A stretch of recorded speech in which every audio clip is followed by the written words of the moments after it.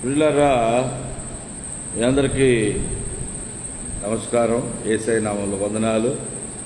ప్రియులైన మీ అందరూ కూడా ఈ చిన్ని పరిచర్య ద్వారా వాక్య ధ్యానంలో పాల్గొంటున్న దేవుని ప్రియ బిడ్డలందరికీ కూడా వందనాలు. దీన్ని అనేకులకు తెలియచేయండి, అందచేయండి, షేర్ చేయండి. మీరు విని శ్రద్ధ కలిగి దేవుని వాక్యంలో ఉన్న సత్యాలు ప్రతి ఒక్కరు కూడా పాల్గొనాలని హృదయపూర్వకంగా కోరుకుంటూ, ఈ సాయంకాల సమయంలో మేము అనుకున్నంత పెందలకాడ ప్రారంభించలేదు, అయినా పర్వాలేదు. దేవుడే కాలంలో సమయంలో తన స్వాధీనంలో ఉంచుకొని ఉన్నారు. ఈ సమయంలో చిన్న ప్రార్థనతో ఈ సాయంకాల సమయపు వాక్య ధ్యానాన్ని ప్రారంభం చేసుకుందాము. ఇక్కడ నేను, pastor Yesubabu, pastor Lazarus, pastor Sundara Rao గారు ఉన్నాం. మరి నేను చిన్న ప్రార్థన చేస్తాను, మనం అందరం ప్రార్థన చేసి చూపిద్దాం. పరిశుద్ధుడా, జీవం కలిగిన మా పరమ తండ్రి, ఈ పరిశుద్ధ పాదాలకు వందనాలు, స్తోత్రాలు. దాదాపు నిన్న ఇదే సమయంలో మేము దేవుని ఉగ్రతను గురించి కొంత సమయం, దాదాపు 2 గంటలు తండ్రి, మేము ఎంతో వచనాలన్నీ చదివి దానిలో అర్థాన్ని గ్రహించుకోవడానికి ప్రయత్నించాము. ఈ పరిశుద్ధాత్మతో నువ్వు నడిపిస్తున్నావు, సహాయం చేస్తున్నావు. ఎంతోమందికి కనువిప్పు, ఎంతోమందికి ఆత్మీయ ఆశీర్వాదము అయా, నీ కృపను బట్టి సరైన తీర్మానాలు చేసుకొని నేను వెంబడించడానికి ఇది ఎంతో ఉపయుక్తంగా ఉంటుందని మీకు మహిమ చెల్లిస్తున్నాం. మీ దాసులను మీ కృపాస్తాలకు అప్పగిస్తున్నాము. దీనిలో నేను నన్నును అయ్యా మీ దాసురాలని కూడా కృప కలిగి మీ హస్తాలకు అప్పగించుకుంటూ ఈ వర్తమానము నాయన మీ బిడ్డలకు అందించే విషయంలో నేను నీ ఆత్మ స్వాధీనంలో ఉండి నీకు ఇష్టమైన మాటలు, నీకు ఇష్టమైనటువంటి తలంపులు, నీ వాక్యంలో ఉన్న వాక్య సత్యాలనే ప్రచురపరచుటకు సహాయం. మమ్మల్ని అందరినీ ఆస్వాదించి దీవించు. వింటున్నా, విననై ఉన్నా, వినబోతున్నా, వినినా నీ బిడ్డలందరినీ కూడా దేవులతో నింపి మరి ఎక్కువగా పురుకొల్పి మమ్మల్ని నీ సత్యములోను నీ జ్ఞానంలోనూ నడిపించి మహిమపొందమని మా పరిచర్యను దీవించి మన కుటుంబం మీకు సమర్పిస్తూ యేసు నామములో ఈ ప్రార్థనలు సమర్పించి వేడుకుంటున్నాం తండ్రి. ఆమేన్. దేవునికి మహిమ కలుగునుగాక. దేవుని ప్రియ బిడ్డలారా, మరి ఈ సమయంలో గత రాత్రి మనం దేవుని ఉగ్రత గూర్చి కొన్ని విషయాలు మనం ధ్యానం చేసాం. అది దేవుని ఉగ్రతను గురించి చెప్పేటప్పుడు నాకు కూడా ఒళ్ళు కంపించింది. ఎందుకో తెలుసా, దేవుని మనం తేలిగ్గా తీసుకుంటున్నాం, దేవుని వాక్యాన్ని నిర్లక్ష్యం చేస్తున్నాం. దేవుని వాక్యాన్ని మనం నేను ఇక్కడ చెప్పిన దానిలో ప్రతి వచనాన్ని మనం గతంలో చదివి ఉంటాం, కానీ తరచుగా చదవం. కానీ దేవుడు మనకి ఇదొక ప్రత్యేకించిన ఒక సమయం మనకిచ్చి తిరిగి దేవుని వాక్యాన్ని ఎలాగున మనము గ్రహించుకోవాలో, ఆత్మీయంగా ఎలా వర్ధిల్లాలో దేవునికి తెలుసు. వినేవారు పాండిత్యము వృద్ధి చేసుకుంటారు, ఆత్మీయ ఆరోగ్యాన్ని కాపాడుకుంటారు, ప్రభువుకు సమర్పించుకొని సేవ జరిగిస్తూ ఉంటారు, సత్యంలో ప్రతిష్ఠించబడతారు. నిర్లక్ష్యం చేసేవాడు ఎప్పుడైనా వాడి ఇసుక మీద పునాది వేసుకున్న బుద్ధిహీనుని పోలిన వారుగానే ఉంటారు. కనుక అటివారిని గురించి దేవుడే చూసుకుంటారు. కానీ మనమైతే ఆయన సేవకులుగా ఈ రోజున దేవుని యొక్క ఉగ్రతను గురించి గత రాత్రి నేను పంచుకొని దేవుని వాక్యాన్ని ఈ పూట కొనసాగిస్తాను. దేవుని ఉగ్రతల నుండి తప్పించుకోవడం ఎలా అనేది నేటి దినపు అంశం. దేవుని యొక్క ఉగ్రత తప్పక అవిధేయులైన వారి మీదకి, పాపము చేస్తున్న తరము వారికి, ప్రతి ఒక్కరి మీద దేవుని ఉగ్రత ఉన్నది, కోపం ఉన్నది. దేవునికి కోపం లేదని అనుకోవటం వెర్రితనం. దేవుడి కోపం ఉన్నది, కానీ అణుచుకుంటున్నారు. కృపతో దాన్ని, ఆయన యొక్క ఉగ్రతను అణిచివేసుకొని కోపాన్ని బిగబట్టుకొని దేవుడు దీర్ఘశాంతం వహించి ఎవరూ నశించుకోకుండా ఉండాలనే ఏకైక ఉద్దేశంతో దేవుడు తన యొక్క దీర్ఘశాంతాన్ని కనుపరిచినట్టు మనం చూస్తున్నాం. ఆదికాండంలో మనం గత రాత్రి చూసాం. 6వ అధ్యాయం 5 నుండి 7 వరకు చదివినట్టు ఇప్పుడు తీమని కాదు.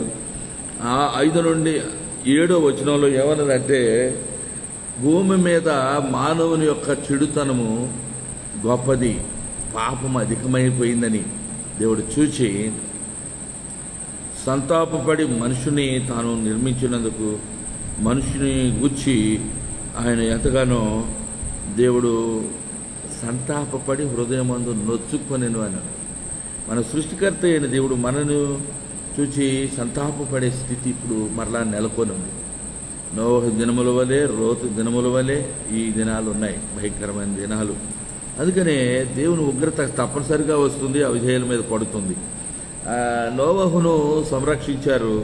అదే కాలంలో అక్కడ 120 సంవత్సరాల సువార్త విని దేవునికి లోబడని దేవుని దాసుడైన నోవహును చూచి అతని కుటుంబ సభ్యుల యొక్క శ్రమను, వారు చేస్తున్న పనిని చూచి ఎగతాళి చేశారు తప్ప వారి దేవుని వైపు మళ్ళిన వారు కాదు. హఠాత్తుగా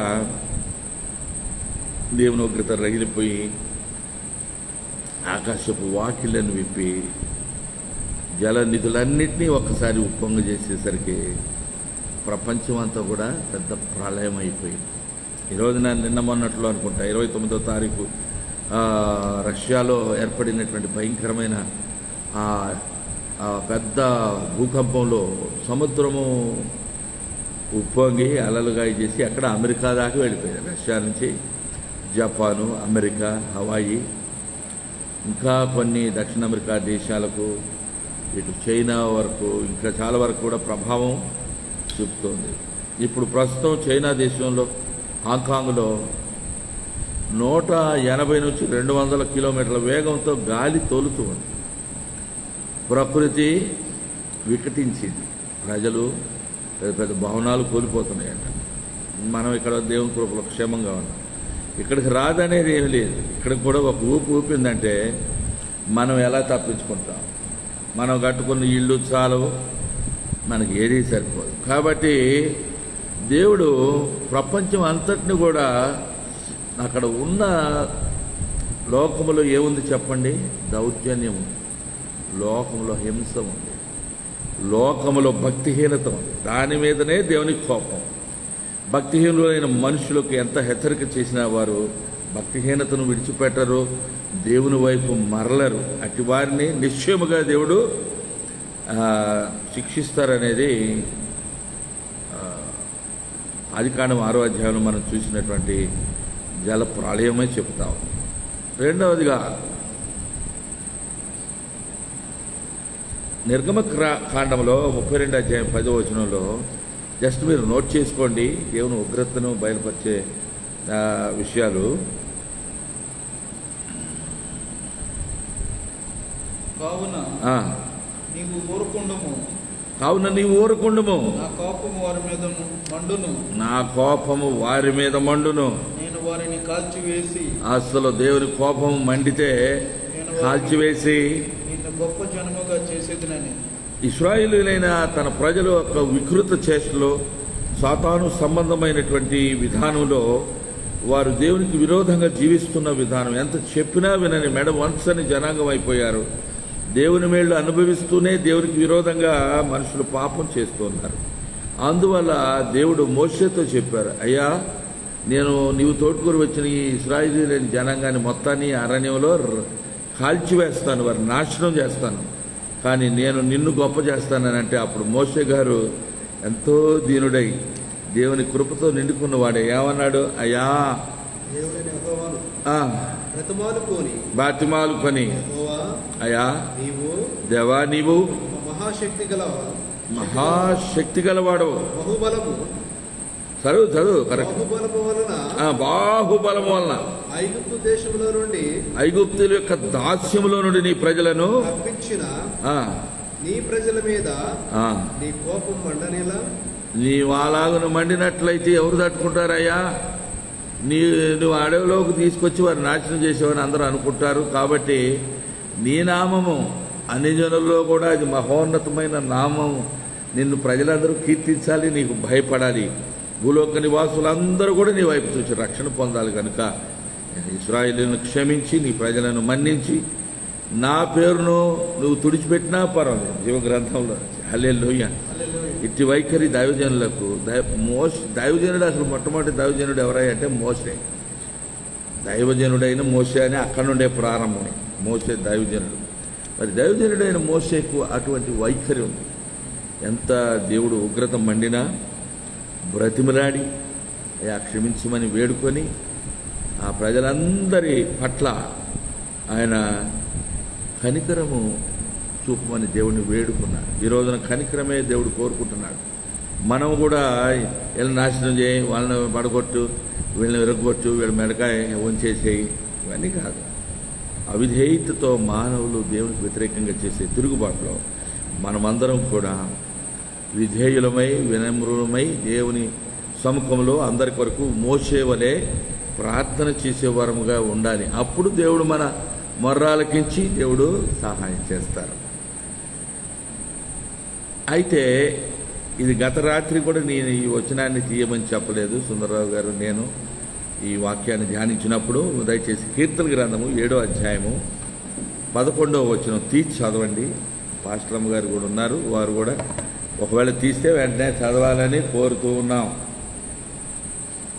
కీర్తన గ్రంథము 7వ అధ్యాయం 11. న్యాయమును బట్టి ఆయన తీర్పు తీర్చును. న్యాయమును బట్టి ఆయన ఎవరో దేవుడు తీర్పు తీర్చును. ఆయన ప్రతిదినము కోపపడు దేవుడు. ఆయన ఏం చేస్తాడండి? ప్రతిదినము కోపపడు దేవుడు. దేని మీద కోపం? కోపపడు దేవుడు. అతిక్రమం మీద, అవినీతి మీద, అవిధేయత మీద, సాతాను యొక్క ప్రభావమునకు లోనై దేవుని విడిచి దయమును వెంబడించే వారిని బట్టి ఆయన కోపము అనుదినము మండుతూ ఉన్నది. ఆయన కోపపడుచు ఉన్నాడండి. దేవుడు అనుదినం ఏం చేస్తున్నాడు? కోపపడుచున్నాడు. ఇంకా చదవండి. ఒకడును మళ్ళిన ఎడల మళ్ళని ఎడల ఆయన తన ఖడ్గమును పదును పెట్టును. ఖడ్గమును ఆయన ఖడ్గాన్ని పదును పెట్టి వేసేసాడంటే, ఖడ్గముతో ఒకసారి నరికితే ఖడ్గంతో ఏం చేస్తారండి? నరికేస్తారు. దేవుడు పదును పెట్టేది ఎందుకు? దుష్టులను నరికివేయటానికి, నాశనం చేయటానికి, వాడిని సంహరించటానికి. దుష్టత్వం మీద దేవునికి అంత ఆగ్రహం ఉన్నది. దేవుని బిడ్డల, దేవుని దాసులుగా ఉన్న నాకే, మానవుని యొక్క బలహీనత మీద నామది నాకే అసహ్యం. ఎదుటివారు ఎవరైనా సరే నాకు ఫలానని కాదు, లోకంలో అందరూ కూడా దేవునికి అవిధేయులుగా ఉంటున్నారు. అందువల్ల అవిధేయత మీద దేవుని ఉగ్రత రౌలుతూ ఉన్నది అనేది నాకు తెలిసి జాగ్రత్తగా ఉండాలని కోరుకున్నాను. అయితే మనము మరొక పర్యాయం, గత రాత్రి సుందరరావు చిన్నాన్న గారు నేను ఈ యొక్క నహూము గ్రంథం, పాత నిబంధనలో నహూము 1వ అధ్యాయం 2, 3 వచనాలు మేము రాత్రి దీన్ని చదివినప్పుడు భయం వేసి, ఇది చదవండి స్పష్టంగా. నహూము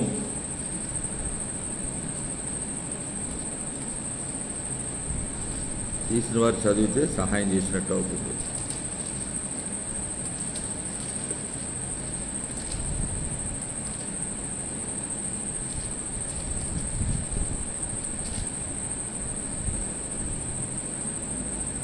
కళ్ళజోడు పెట్టుకోవాలి. అదరస్ నహూము 1వ అధ్యాయం 2, 3 వచనాలు. యెహోవా రోషము గలవాడై ప్రతికారము చేయువాడు. ఆగు నిదానం. యెహోవా రోషము గలవాడై ప్రతీకారము చేయువాడు. ప్రతీకారము చేయును. ఆయన మహోగ్రత గలవాడు. ఆయన ఎలాంటి స్థితి ఉంది ఆయనకంటే దేవునికి? మహా ఉగ్రత ఉన్నది ఆయనలో. యెహోవా తన శత్రువులకు ప్రతీకారము చేయను. శత్రువులు అంటే ఎవరు? దేవునికి లోబడనని వారు, సాతాను సంబంధులు. జీవితంలో దేవుని యొక్క మార్గాన్ని ఎరిగి దైవ మార్గాన్ని వదిలిపెట్టి సాతాను మార్గాన్ని సులువుగా ఉందని దాన్ని వెంబడించి ఇరుకైన మార్గాన్ని వదిలిపెట్టి దాని గురించి ఆలోచన చేయకుండా ఇరుకు మార్గం మనకెందుకులే అని వారు విశాలమైన మార్గాన్ని ఎన్నుకున్నటువంటి వారు. అవిధేయతతోనూ అబద్ధములను నమ్మి సజీవుడైన దేవుని వదిలిపెట్టి నిర్జీవమైన ప్రతిమలను నమ్ముకున్నవారు. ప్రతిమ అంటే విగ్రహం. విగ్రహము మానవుడు తన స్వహస్తంతో చేసింది. అంటే విగ్రహమే చేయక్కర్లా, మనం నమ్ముకొని మనం సిద్ధపరచుకున్న కొన్ని మార్గాలు దేవుని చిత్తం కావన్నమాట. అందుకనే విగ్రహారాధికులు అన్నప్పుడు మనమేం పెట్టుకున్నా విగ్రహాలని భ్రమపడినట్టు మళ్ళీ చేస్తూ ఉంటాం. విగ్రహం ఏది? ఏసై కంటే ఎక్కువగా దేని ప్రేమించినా అదే మన విగ్రహం. అబ్బాయి భలే మంచోడు అంటే అబ్బాయిని ఏసై స్థానంలో కూర్చోబెడితే అబ్బాయికి నడుములు ఇరిగిపోతాయి. నేను ఇట్లా పల్లెటూరు భాష వాడుతూ ఉన్నాను. వెన్నుపోస విరిగిపోతుంది అంటే ఏంటి, పట్టు ఉండదు. ఆ అమ్మాయి భలే, మా అమ్మాయికి ఒక్కతే కూతురు, అమ్మాయిని చాలా గొప్పగా ప్రేమించాలి. తల్లిదండ్రులు ప్రేమించొద్దని అంటున్నాడు ఆ దేవుడు. దేవుడి యొక్క ప్రేమ, ఆ ప్రేమ మనం ఎరుగున్నాం కనుక అట్టి ప్రేమనే మనం ప్రేమించే మన ప్రియులకు, కుటుంబ సభ్యులకు, మన భార్యలకు, మన పిల్లలకు, మన అన్నదమ్ములకు, అక్క చెల్లెంటకు చూపిస్తాం. అది దేవుని ప్రేమ. కానీ దేవుని కంటే కాదు సుమా. హల్లెలూయా. దేవుని కంటే మరి దేనిని ఎక్కువగా ఎవరు ప్రేమించడానికి వీలు లేదు అనేది దేవుని యొక్క ఆదేశం. కనుక దేవుడు ఆ తర్వాత మహోగ్రత గలవాడు, యెహోవా తన శత్రువులకు ప్రతీకారము చేయను, తన శత్రువులకు ప్రతీకారం చేయను, తనకు విరోధులైన వారి మీద కోపముంచుకొను, తనకు విరోధులుగా ఉన్నటువంటి వారి మీద కోపముంచుకొనును. యెహోవా దీర్ఘశాంతుడు, అయినను ఆయన దీర్ఘశాంతుడై మహా బలము గలవాడు.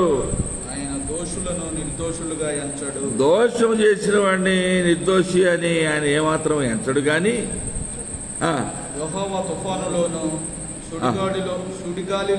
తుఫానులోను సుడిగాలిలోను వచ్చువాడు.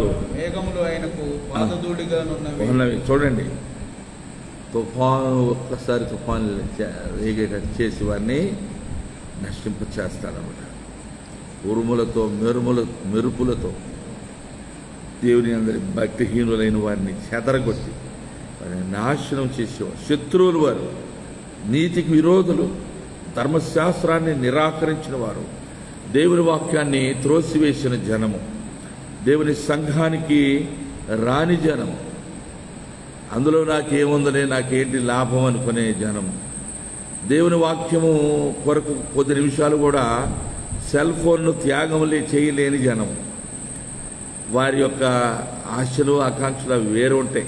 పాపం వారిని దేవుడు క్షమించునుగాక. మనల్ని క్షమించిన దేవుడు వారిని కూడా క్షమించాలని మనం ఎల్లకాలం కోరుకుంటాం. ఎందుకంటే మన వాళ్ళలో కూడా అనేక మంది కనపడుతూ ఉంటారు దేవుడిని నిర్లక్ష్యం చేసిన వారు. కనుక ఇది మన వారి కొరకో మన కొరకే కాకుండా సర్వలోకం వైపు దేవుడు చూస్తున్నాడండి. అందువల్ల ఆ దేవుని యొక్క ఉగ్రత రగిలిపోకమునుకు అది రగిలి మంటగా అంటుకొని మన మీద పడినప్పుడు మనం దహించి వేయబడతాం. అందుకని నశించిపోకుండా అనుదినము ఆయన కోపం, ఉగ్రత రేపకుండా లోబడి ఆయనకి ఇష్టమైన పనులు చేయటము అది దేవుని చిత్తం అన్నమాట. రోమా 1:18 చూస్తే ఆకాశం నుండి, పరలోకము నుండి దేవుని యొక్క ఉగ్రత బయలుపరచబడే విధానాన్ని కొత్త నిబంధనలో కూడా చూస్తున్నాం. రోమా 1:18 పౌలు గారు రాస్తున్నారు. చదవేసి బాబు.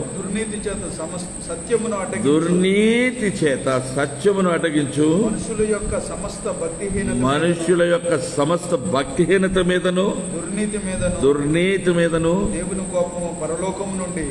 ఎక్కడి నుండి వస్తుంది? దేవుడు ఎక్కడున్నాడు?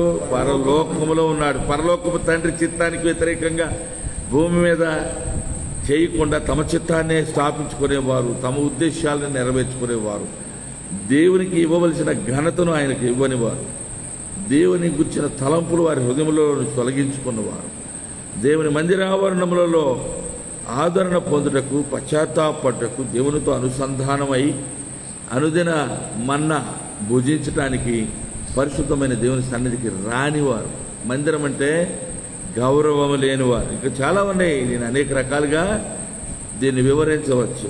అయితే నేను ఇంతటితో ఆపివేస్తున్నా. చదవండి. పరలోకం నుండి బయలుపరచబడుతున్నది ఎందుకనగా దేవుణ్ణి గూర్చి తెలియశక్యమైనదేదో అది వారికి తెలిసి ఉన్నను మధ్య విశుద్ధమై ఉన్నది. అది బాగా స్పష్టంగా వారికి తెలిసినా కూడా అది వారి మధ్య విశుద్ధమై ఉన్నది, క్లియర్ గా కనబడుతుంది. దేవుడు అది వారికి విశుద్ధపరచను. దేవుడు దాన్ని తెలియజేశారండి. తెలియదని అంటే తప్పది. అందరికీ పశుప్రాయులు, పసిబిడ్డలే గ్రహించుకొని విధేయులు అవుతున్నారు. వయసే నిమిత్తం లేదు.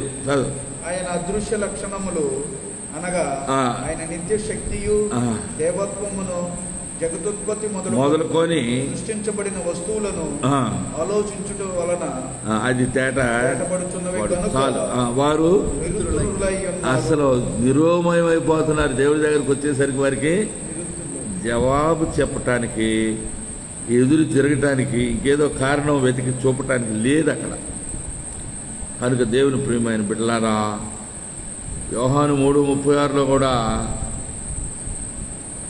దేవుని కుమారుడకు యేసును, కుమారుడైన క్రీస్తును విశ్వసించుటే నిత్య జీవం. ఆ విధంగా యేసును నమ్మినటువంటి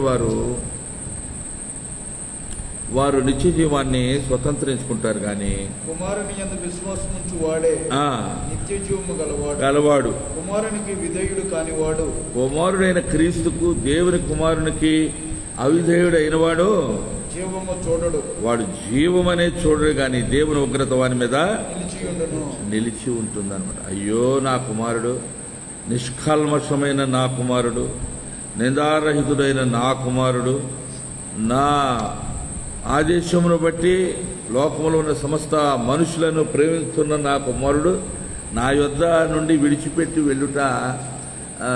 విడిచిపెట్టకూడదని భాగ్యమని ఎంచుకొని లేని నా కుమారుడు, దాసుని పోలికగా పుట్టి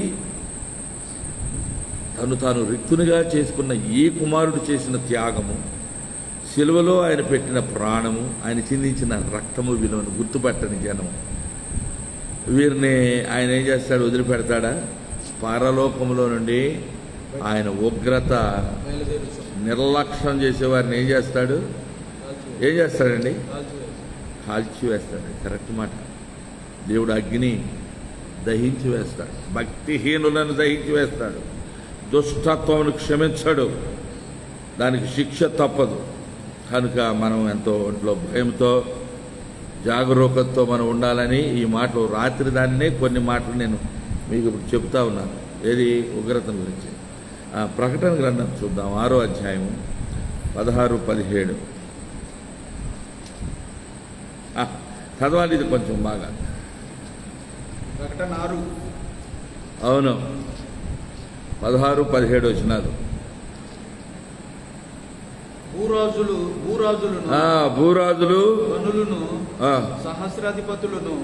భూరాజులు ఘనులు సహస్రాధిపతులు ధనికులను ప్రతి దాసుడును ప్రతి స్వతంత్రుడును కొండ గుహలలోను బండల సందుల్లోను దాగుకొని సింహాసనాసీనుడైన ఉన్న వాని యొక్కయు గొర్రెపిల్ల యొక్కయు ఉగ్రత మహాదినము వచ్చును. దానికి జాలిన వాడెవడు? దానికి తట్టుకోగలిగిన వాడు ఎవడు? మీరు మీ మీద పడి ఆయన సన్నిధిని గొర్రెపిల్ల ఉగ్రతకును మమ్మల్ని మరుగు చేయుడి అని పర్వతములతోనూ బండలతోనూ చెప్పుచున్నాడు. పర్వతములతోనూ బండలతోనూ చెబుతూ ఉన్నారు. ప్రకటనలో మనం చూస్తున్న ఈ విషయము అంచె దినములలో దేవుని యొక్క ఉగ్రత, ఆయన యొక్క తీర్పులు, శ్రమల కాలములో భక్తిహీనత మీద ఆయన కుమ్మరించబోతూ ఉన్నాడు. అందుచేతనే భయముతో, వణుకుతో ప్రజలు ప్రభువుకు లోబడి ఆయన పరిచర్యను చేయాల్సిన అవసరతను దేవుడు తన పరిశుద్ధ లేఖనంలో మనకు తెలియజేస్తూ ఉన్నారు. హల్లెలూయా. ఈ సమయంలో ప్రియులారా, మనము దేవుని ఉగ్రతను పొందుటకు ఎవరు మీద దేవుని ఉగ్రత ఉన్నది అని చూస్తే, ఎఫెసీ పత్రికలో 2వ అధ్యాయం 3వ వచనంలో, ఎఫెసీయులకు పౌలు గారు వ్రాసినటువంటి పత్రికలో 2వ అధ్యాయము 3వ వచనం కొంచెం త్వరగా చదివి సహాయం చేయండి అయిలారా.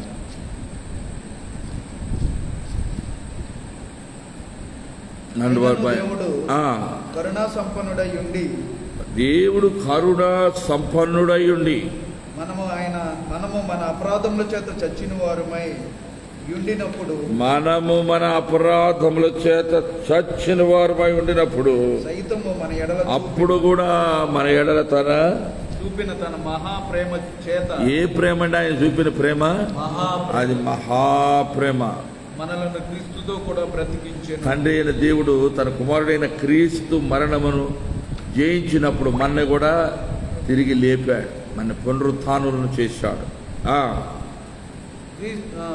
కృపచేత మీరు రక్షించబడి ఉన్నారు. ఇది మీ వలన కలిగినది కాదు, క్రీస్తు యేసునందు ఆయన మనకు చేసిన ఉపకారం ద్వారా అత్యధికమైన తన కృపా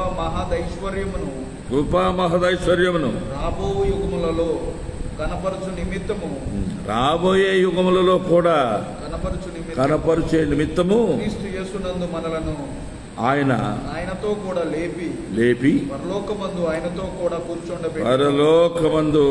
మనలను ఆయనతో కూడా కూర్చుండబెట్టాను.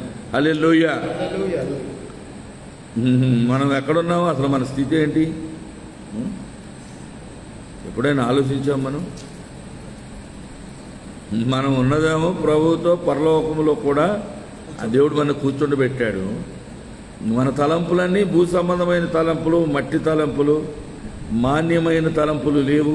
మహిమ కలిగిన దేవుని పక్కన కూర్చున్న బిడ్డలు ఎలా ఆలోచించాలి, ఎలా ఉండాలి, ఏ విషయాలను మనస్కరించాలి, ఏ విషయాలు ఆలోచించాలి, ఏ విషయాలలో శ్రద్ధ కలిగి ఉండాలి, పని కలిగి ఉండాలి అనే విషయం మనం ఎక్కువగా ఆలోచన చేయం. కనుక మన స్థితిని జ్ఞాపకం చేసుకుందాం. మనం క్రీస్తుతో కూడా పరలోకంలో తండ్రి అయిన దేవుని వలన కుమారునితో కూడా మనలను కూర్చుండబెట్టి ఉన్నాడు. That's where we are. మనం అక్కడే ఉన్నాం వాస్తవానికి. ఆయన బిడ్డలుగా, ఆయన సేవకులుగా, భూమి మీద ఆయన ప్రతినిధులుగా, ఆయన సువార్త ధ్వజమును పట్టుకున్న ఆయన బిడ్డలుగా, ఆయన సంఘ సేవకులుగా, సంఘ దూతలుగా ఆయన మన నియమించింది ఎందుకొరకు అన్నమాట. మనమేమో మన కుర్చీ ఎక్కడ, మన స్థాయి ఎక్కడ, మన స్థలం ఎక్కడ అని మర్చిపోతూ ఉంటాం. యేసయ్యతో కూడా మనం కూడా పరలోకంలో తండ్రి అయిన దేవుడు మనని తన కుమారుడితో పాటు కూర్చుండబెట్టాడు. హల్లెలూయా. కుమారుడితో కూర్చుండబెట్టడం అంటే ఏంటండి? కుమారుడు వారసుడు. హల్లెలూయా. మనలను కూడా నిత్య జీవమును మనకి ఇచ్చి, ఆ కుమారుని ద్వారా దత్తపుత్రాత్మను మనకు అనుగ్రహించి, ఈ లోకములో తన పరిచర్యలో మహిమాన్వితమైన పరిచర్య ఇది. మామూలు పరిచర్య కాదు. లోకస్తులకు తెలియదు. ఉగ్రతలో కొట్టుకొని పోయే అనేక వ్యక్తులకు మన ఔన్నత్యము, మనం కలిగిన పిలుపు, దేవుని యొక్క ప్రేమ మనను ఏ విధంగా వినియోగించుకుంటాడు. ఈ లోకంలో చిన్న బంధువర్గం అని అది ఇదని ఆలోచిస్తూ ఉంటాం. బంధువుల్ని, అబ్రాహామును దేవుడు ఏం చెప్పాడు? నీ స్వజనమును, నీ ఇంటి వారిని వేడవమానని. ఆగదు. వారు దేవుని వెలుగులో ఉంటే వారు మన యొక్క మేలు కోరుతారు, కీడు కోరు. లోక సంబంధమైన సిద్ధాంతాలను వారు నమ్మరు. లోకస్తులు అని వారు వ్యవహరించరు. చాలామంది మన బంధువర్గము, మన రక్త సంబంధులు చాలామంది ఇంకా ఆ యొక్క పాత జీవిత విధానంలోనే, మూఢ నమ్మకాలతోనే, మనుషుల యొక్క సిద్ధాంతాలతో ముడిపెట్టుకోవటం వల్ల వారు బాగుపడరు, ఎదుటివారిని అసలే బాగుపడనివ్వరు. మరి అటువంటి అప్పుడు వారిలో నేను ఏమైపోవాలని బైబిల్లో వేరైపోమన్నాడు. అందుకనే దేవుని బిడ్డలు వేరుగా ఉండటానికి భయపడకూడదు. మనతో ఎవరు ఉంటారు? మనం వేరైనప్పుడు మన విలువని, మన స్థాయిని గుర్తుపట్టాలంటే అవతల వ్యక్తులలో నుంచి మనం వేరైనప్పుడు, వారికి అతీతంగా మనం ఉన్నప్పుడు వారిని ప్రేమిస్తూనే ఉంటాం, వారి కొరకు ప్రార్థిస్తూనే ఉంటాం, వారిని ద్వేషించము. కానీ వారి ఆత్మల రక్షణ కొరకు భారముతో ప్రార్థిస్తూ ఉంటాం, కన్నీటితో విజ్ఞాపన చేస్తూ ఉంటాం. లేకపోతే ఆత్మ సంబంధమైన నష్టం మనకి తప్పదు. భౌతికపరమైన పనుల విషయంలో నష్టము తప్పదు. అవిధేయతను బట్టి అవిధేయులైన వారికి ఉగ్రత వారి మీదకి వస్తుంది. అబ్రహాం వేరైపోయాడు. ఇంకా వేరైపోవడము లేక సెపరేషన్ అనేటువంటి ఒక ఆసక్తికరమైనటువంటి ఒక అంశాన్ని మనం ఒకనొక దినాన దేవుని చిత్తమైన పూట దాని గురించి కూడా మనం ధ్యానం చేద్దాం. వీళ్ళారా అయితే ఇక్కడ రోమా పత్రికలో చూద్దామండి.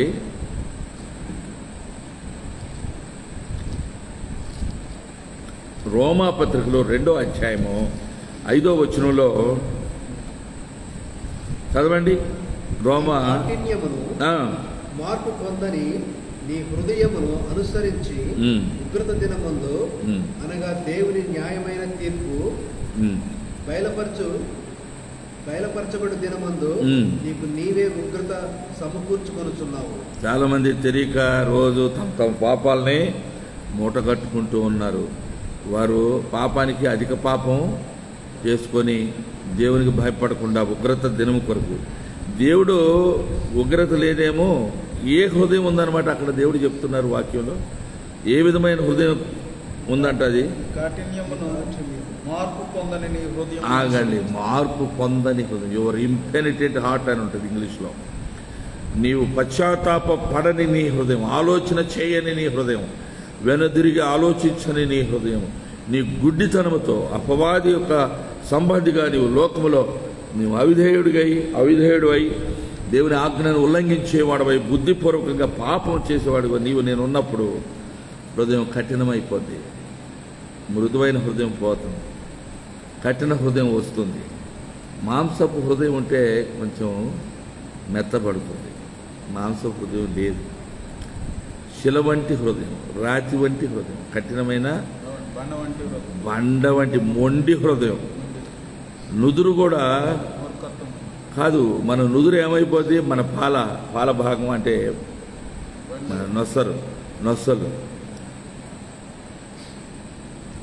ఫ్లింట్ అంటారు ఇంగ్లీష్లో. ఫ్లింట్ అంటే చెకుముకి రాయి వలె మనుషులు తమ హృదయాన్ని దేవునికి విరోధంగా, సత్యమునకు విరోధంగా పాపము చేస్తూ, పాపం అంత ఆకర్షణీయంగా ఉంది. సాతానుడు ఆ రోజున అవ్వను ఎంతగా శోధించాడంటే దేవుళ్ళు అయిపోతారని చెప్పి అబద్ధం చెప్పాడు. యేసయ్య మీరు చచ్చిపోతారని చెప్పి మీరు చావరని పూర్తి విభిన్నమైనటువంటి మాట వాడు చెప్పాడు. సాతాను యొక్క ఉత్సాహం పుట్టించే మాట, లేనివి పోనివి కల్పించే మాట, అదే తీపిగా ఉంటుంది మానవులకి. ఈ రోజున దేవుని మార్గాన్ని అనుసరించకపోవటానికి వారు ఏదో సాధించుదామని వారి శరీర బలము, వారికి ఉన్న ఆస్తిపాస్తులు, వారికి ఉన్న ఐశ్వర్యము, పేరు ప్రఖ్యాతులు, చదువు సంధ్య, వారికి ఉన్న వెండి బంగారములను చూసి మనుషులు గర్వించిపోతున్నారు. పైకి బాగానే ఉంటారు మనుషులు, అన్ని మంచి మాటలే మాట్లాడుతుంటారు. ఒక్కటే లోపం, యేసయ్యకి భయపడరు. బైబిల్ అంతా బాగానే చెప్తారు, తెలిసి కూడా చేయరు. శాస్త్రులు పరిచయాలు ధర్మశాస్త్రం తెలీదా? వారు ఏం చేశారు? కాదు వారు ఏం చేశారని చూస్తే లేఖనంలో వారంట పాత్రను పైనే పరిశుభ్రం చేశారు, లోపలంతా కూడా ఎట్టదట్లే ఉంది.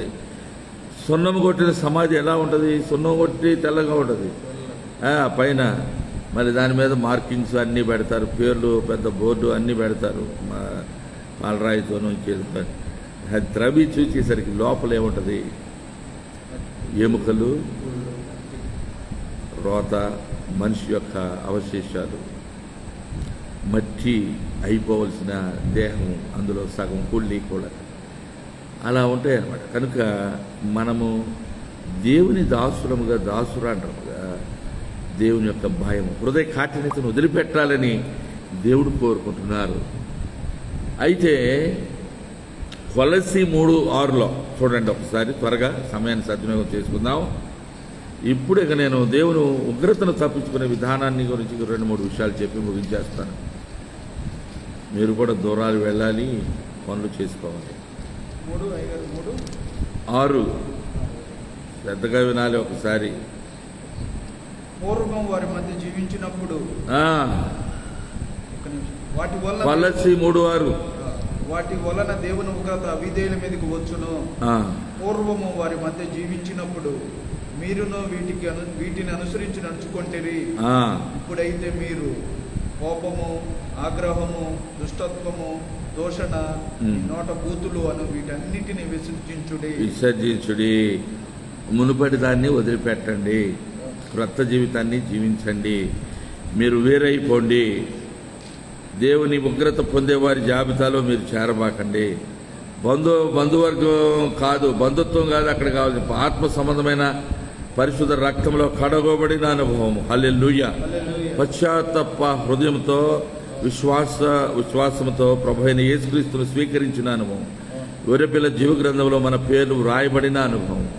వాక్యము చదువుతూ పరిశుద్ధ లేఖనములో మనం తర్ఫీదు చేసుకుంటూ అనుదినము ప్రభువులో ఎదుగుచున్న అనుభవం మనకు అవసరమైనది. కనుక మనం ఒకప్పుడైతే ఇతరుల వలె ఉన్నాం, కానీ ఇప్పుడు వారికి మనకి పెద్ద వ్యత్యాసం, ఒక మార్పు. వారిలో మనం చేరము, వారి వంటి ఆలోచన విధానం లేదు. వారితో కలిసి మునుపు సమ్మతించి చేసిన పనులు ఇప్పుడు సమ్మతించి వారితో చేయి కలపము, అపవాది సంబంధులం అయిపోము, యేసయ్యని ద్రోహం చేసి లోక సంబంధులతో ఒడంబడికలు పెట్టుకొని పాడైపోము. అది దేవుని బిడ్డలుగా మనం హెచ్చరిక పొందాలి ఆ విషయాన్ని. ఇప్పుడు మనం దేవుని యొక్క ఉగ్రత నుండి మనం ఎలా తప్పించుకోవాలి, నేను ఇదంతా వివరించుకుంటూ పోతే నాకు చాలా చాలా సమయం పడుతూ ఉంటుంది. ఇంత సమయం ఎవరు వినలేరు, చూడలేరు. సంఘంలో కూడా ప్రాక్టికల్గా మనం అంతసేపు మాట్లాడలేము.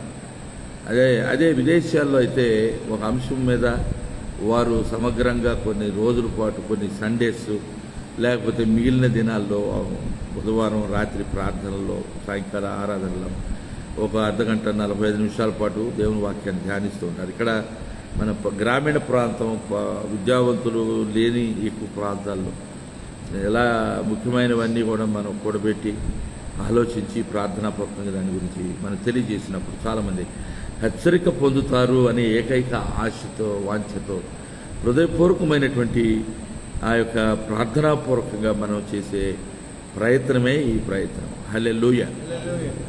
ప్రియమైన దేవుని బిడ్డలారా, మరి ఉగ్రత, దేవుడు కోపం లేదు, దేవుడు చాలా మంచివాడు, అసలు మన వైపు చూడడు, పట్టించుకోడు, ఆయన ఎక్కడో ఆకాశంలో ఉండుంటాడు, ఎత్తైన సింహాసనం అట ఆయనది, కోట్ల కొలది దేవదూతల మధ్యలో ఆయన మర్చిపోయి ఉంటాడు.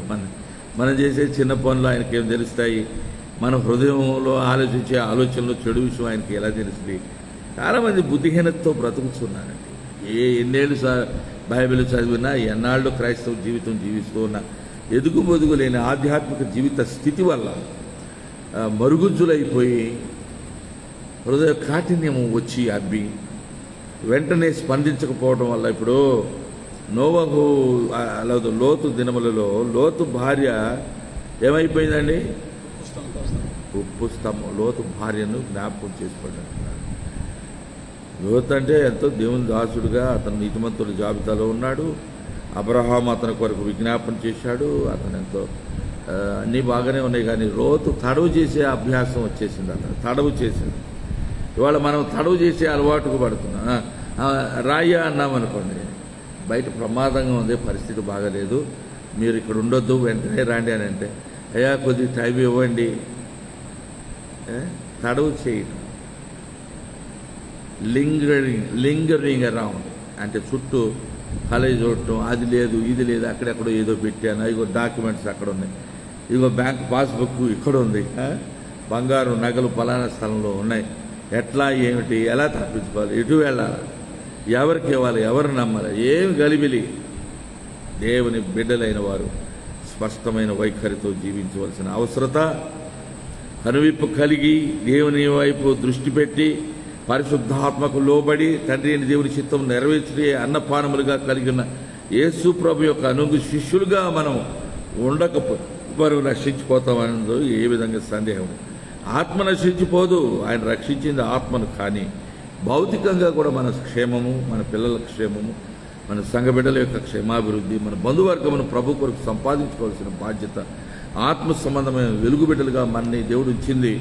మన ప్రభావము సమాజం మీద ఉండాలి, సంఘం మీద ఉండాలి, ఇతరులందరికీ మనం మార్గదర్శకులుగా ఆత్మీయంగా ఉండాలి. కానీ మనం ఉగ్రత పాలైన జనములో మనం కూడా ఒకళ్ళమైపోయి హృదయ కాఠిన్యంతో లోకాన్ని ప్రేమించుకుంటూ లోక సంబంధమైన వ్యక్తులతో మునిగి తేలుతూ అనుబంధం పెంపొందించుకొని మన పిల్లలకు వివాహాలు చేసేటప్పుడు మంచి కుటుంబం, బాగా డబ్బు ఉంది, మిలియన్స్ ఆఫ్ రూపీస్ ఉన్నాయి, వాళ్ళ కోట్ల కొలది ఆస్తి ఉంది, ఇవన్నీ ఆలోచిస్తారు మానవులు. అబ్బాయి చాలా పెద్ద ఉద్యోగి, ఏమైంది, క్యాథలిక్ అయితే ఏమైంది, అమ్మ తల్లి కూడా దేవుడినే నమ్ముకున్న ఆమె బిడ్డే కదా, ఆమె కన్నిన కుమారుడేగా ఏసయ్యకి చెప్పదా ఆమెననే మూర్ఖులు ఉన్నారు చాలామంది ఈ రేటు వరకు. మరి అమ్మ దేవుని కుమారుణ్ణి కన్నది, కానీ ఆమెకు కూడా ఆయన వలన రక్షణ అవసరమైనది. హల్లెలూయా. ఆమె దయాప్రాప్తురాలైంది, దీనురాలుగా దేవునికి లోబడింది. అందుకని ఆమె ఒక మంచి సలహా ఇచ్చింది. దేవుని బిడ్డలు, శిష్యులు ఆ యొక్క కానా వివాహానికి వెళ్ళినప్పుడు ఆమెను అప్రోచ్ అయ్యారు వీళ్ళంతా. అయితే వాళ్ళు ఆ ఇంటి వారు ఇప్పుడు ఆయన మీతో చెప్పినది చేయండి. ఆయన మీతో చెప్పినది చేయండి. మరియమ్మ గారు, నేను అదే చేస్తాను, మీరు కూడా అదే చేయండి. ఆయన దేవుడు, దేవుని కుమారుడు, నేను దీనురాల్ని, దయాప్రాప్తురాల్ని. దేవుడు నన్ను కనికరించాడు, నా జీవితాన్ని ధన్యం చేశాడని ఆమె సాక్ష్యం చెప్పింది. హల్లెలూయా. ఈ రోజున చాలామంది క్యాథలిక్ ఫెయిత్లో ఉన్నవారు బంధువులను బట్టి మనవాళ్ళు చాలామంది వివాహాలు చేసుకోవటం చూస్తున్నా కొంచెం బాధాకరమే, కానీ దేవుడే వారిని కనికరించి మార్చి వారి ఆచార వ్యవహారాలను, వారి వ్యవహార శైలిని, జీవిత విధానాన్ని ప్రయోజనకరమైనదిగా మలచాలనేదే మన హృదయపూర్వకమైన ప్రార్థన. మన ఇళ్లలో, మన బంధువర్గంలో చాలామంది క్యాథలిక్ ఫెయిత్లో నుండి ఉన్నటువంటి వారు, రోమన్ క్యాథలిసిజంలో నుండి వచ్చిన వారు ఉన్నారు. కొందరైతే మారారు, దేవునికి స్తోత్రం. మరి కొందరు ఇంకా పూర్తిగా మారాలి. పాత పద్ధతులను అనుసరించినట్లయితే దేవుని యొక్క సత్యం వారి అంతరంగంలో చొచ్చుకొని పోదు. దేవుని వెలుగులో వారు నడవలేరు. సాతానుడు వారిని ఇంకా బలిపశువులను చేసేస్తాడు. వారు సాతాను యొక్క ఉచ్చులలో చిక్కుకుంటారు, పడిపోతారు, నాశనం అయిపోవడానికి అవకాశం. అందరి కొరకు మనం ప్రార్థన చేయాలి.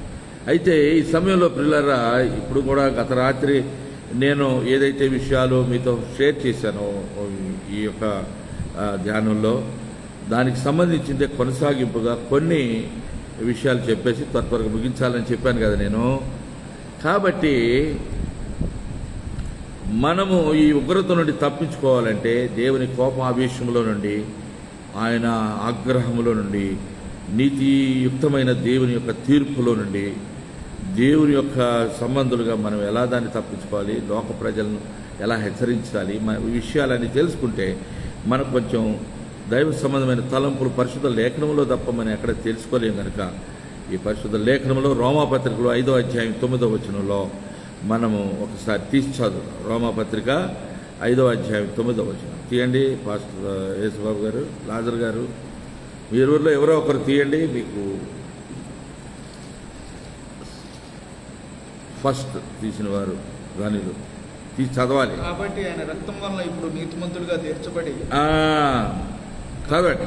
కాబట్టి ఆయన రక్తం వలన, ఆయన రక్తము వలన ఇప్పుడు నీతిమంతులుగా తీర్చబడి మరింత నిశ్చయముగా ఆయన ద్వారా ఉగ్రత నుండి రక్షించబడుదుము. ఉగ్రత నుండి మనము రక్షించబడుతాం.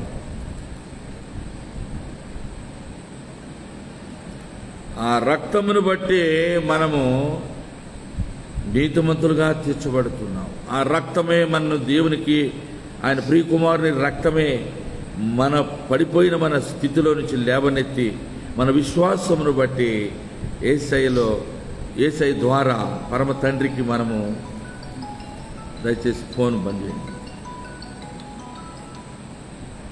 కనుక మన యొక్క సంబంధము తండ్రి అయిన దేవునితో, కుమారుడైన క్రీస్తు చిందించిన రక్తమే మనకు తండ్రితో అనుబంధం ఏర్పాటు చేస్తుంది. ఆ రక్తమే, రక్తము లేనిది ఏమీ లేదు, రక్తం లేనిదే జీవము లేదు, ఆ రక్తము లేనిదే మనం వారసులము కాము, రక్తము లేనిదే పాప క్షమాపణ లేదు.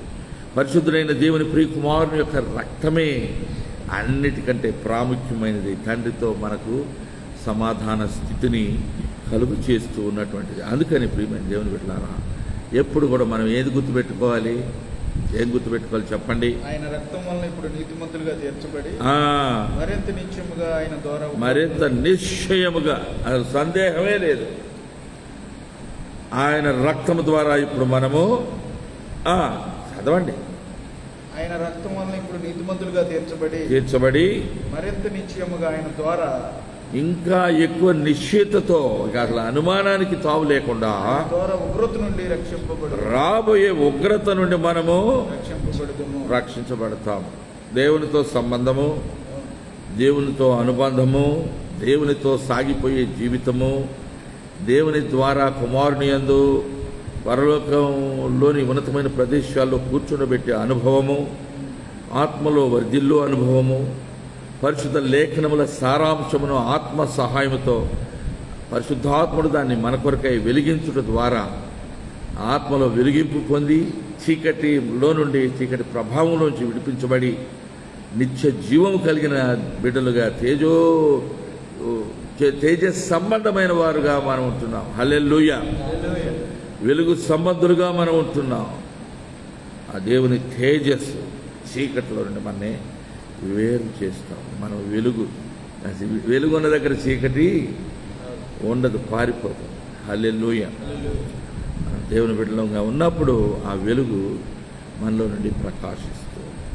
కాబట్టి క్రీస్తు రక్తమే ఒక వ్యక్తిని పాపముల నుండి, దేవుని ఉగ్రతలో నుండి తప్పిస్తుంది, విడిపిస్తుంది అనేది మనము గుర్తు చేసుకోవాలి. ఉగ్రత నుండి తప్పించబడాలంటే రక్తము అవసరం, వెలుగు అవసరము, కృపా కార్యము అవసరము, హృదయ కాఠిన్యతలో నుండి మార్చివేయబడిన అనుభవం అవసరం.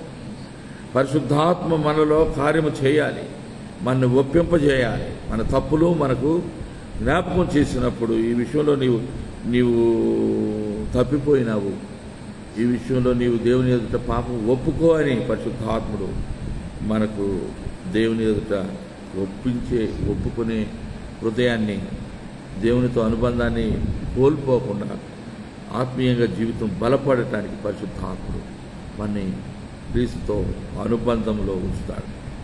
Keep us closer, much more closer to the Father in heaven through His Son's blood and by the work of the Holy Spirit of God. దేవుని పరిశుద్ధాత్మ ద్వారా ఆ సాన్నిహిత్యము, అనుబంధం, ఉగ్రతను తప్పించబడు ఇవన్నీ జరుగుతూ ఉంటాయి. కాబట్టి మనం ఆలోచించినప్పుడు పాత నిబంధనలో ప్రవక్త అయిన యెషయా 53వ అధ్యాయంలో రాసినటువంటి ఆత్మీయమైన సత్యాన్ని ఒకసారి జ్ఞాపకం చేసుకున్నాం. యెషయా గ్రంథంలో 55వ అధ్యాయము 53:5-6 వచనాలు. 53:5-6 వచనాలు. మన అతిక్రమ క్రియలను బట్టి ఆయన గాయపరచబడెను, మన దోషములను బట్టి నలగగొట్టబడెను. He was wounded for our transgressions. మన సమాధానబద్ధమైన శిక్ష అతని మీద పడెను. The chastisement of our peace was upon him. మన యొక్క ప్రాయశ్చిత్తము చదవయ్యా. మన దోషములను బట్టి నలుగొట్టబడ్డారు, సమాధానబద్ధమైన శిక్ష అవును అతని మీద పడెను, అతను పొందిన దెబ్బల చేత మనము అతను పొందిన దెబ్బల చేత మనకు స్వస్థత కలుగుతుంది. ఏ స్వస్థత అని చాలా మంది ఇప్పుడు మీమాంస. మొట్టమొదట పాపం అనే వ్యాధితో నాశనం అయిపోతున్న మానవాళి దేవుని యొక్క కుమారుడు క్రీస్తు మనందరి పక్షమును చేసిన బలి అర్పణను బట్టి, చిందించిన రక్తమును బట్టి, పొందిన దెబ్బలను బట్టి ఆయన మన సబ్స్టిట్యూషనరీ అంటాం. అంటే మనకు బదులుగా మన స్థానంలో ఈ bore our burden of sin, మన పాపం యొక్క భారమును ఆయన భరించాడండి యేసయ్య. కనుక ఆయన పొందిన దెబ్బల చేత మనకు స్వస్థత కలుగుతూ ఉన్నది. కనుక ఆయన యొక్క బలి అర్పణ, చేసిన త్యాగము, చిందించిన రక్తము, చూపిన ప్రేమ, భరించిన అవమానము, ఆయన నిందింపబడినాడు, దూషింపబడినాడు. ఆయన గడ్డములో నుండి వెంట్రుకలు పెరికి బాధించారు. భౌతికంగా, ఆత్మలో ఆయన he went through much anguish and భరింపరాని దుఃఖము. తన తండ్రి అయిన దేవుని నుండి వేరు చేయబడిన అనుభవం మన నిమిత్తం. తండ్రి వీరేం చేస్తున్నారు, వీరెరుగరు కనుక వీరిని క్షమించమని పలికిన ప్రభువే, పాపమంతా భూలోకంలోని సమస్త మనుషుల పాపం నిమిత్తము ఒక్కసారి ఆయన అర్పించబడుట, తన రక్తమును చిందించిన దేవుని చిత్తమైనది కనుక ఒక్కసారే మృతి పొందుట ఆవశ్యకం కనుక ఆ రోజున ఆయన పొందిన దెబ్బలు తండ్రి అయిన దేవుని నుండి వేరైన అనుభవం. పాపమెరుగని క్రీస్తు పాపిగా చేయబడలేదు, కానీ పాపముగా చేయబడ్డాడు. హల్లెలూయా. ఆ విషయం ఎల్లప్పుడూ గుర్తుపెట్టుకోవాలి. యేసయ్య పాపముగా చేయబడ్డారు, కానీ పాపిగా చేయబడలేదు. ఆయన ఎన్నడూ ఏ పాపం చేయలేదు. మనుషుల వంటి మనిషి కాడు ఆయన.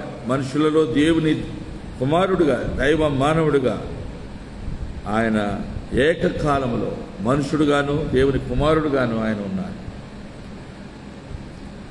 కనుక ఆయన యొక్క దెబ్బల చేత మనకు స్వస్థత కలుగుతుందనే విషయాన్ని గుర్తుపెట్టుకొని సిలువలో యేసయ్యే మనం అనుభవించవలసిన ఆ యొక్క ఉగ్రతను ఆయన భరించారు కనుక మన బదులుగా మన స్థానంలో ఆయన అది చేశారు, ఆ కార్యం చేశారని మర్చిపోకుండా కృతజ్ఞతాపూర్వక హృదయాలతో ఆయన నిత్యం సేవ చేయాలని దేవుడు మనలో నుండి కోరుకుంటున్నారు. ఆయన మన ఎడల ఆయన కలిగిన కాంక్ష, ఆశ హృదయపూర్వకంగా ఆయన మన నుండి కోరుకుంటున్నటువంటి విషయం. కనుక ప్రియమైన దేవుని బిడ్డలారా, పౌలు గారు రాస్తూ 1 తెస్సలోనికైలు పౌలు గారు రాసిన పత్రికలో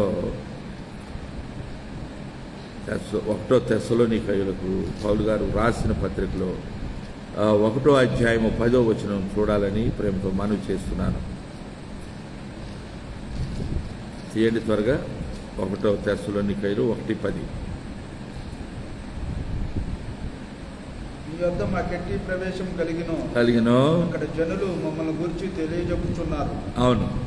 మరియు మీరు విగ్రహములను విడిచిపెట్టి జీవము గల వాడును సత్యవంతుడునకు దేవునికి దాసులగుటకును దేవుడు మృతులలో నుండి లేపిన యేసు అనగా రాబో ఉగ్రత నుండి మనల్ని తప్పించుచున్న ఆయన కుమారుడైన యేసు పరలోకము నుండి వచ్చునని ఎదురు చూచుటకును. హల్లెలూయా. చాలు. ఆ రాబో ఉగ్రత నుండి మనలను తప్పించుచు విడిపించుచు దినదినము మనము తనతో అనుబంధంలో ఇలా తనలో మనలను ఆయన ఏం చేశారు? ద్రాక్షావల్లి దేనిలో ఉంటే ఫలిస్తుందని చెప్పారు ప్రభు 15వ అధ్యాయం యోహాను సువార్తలో.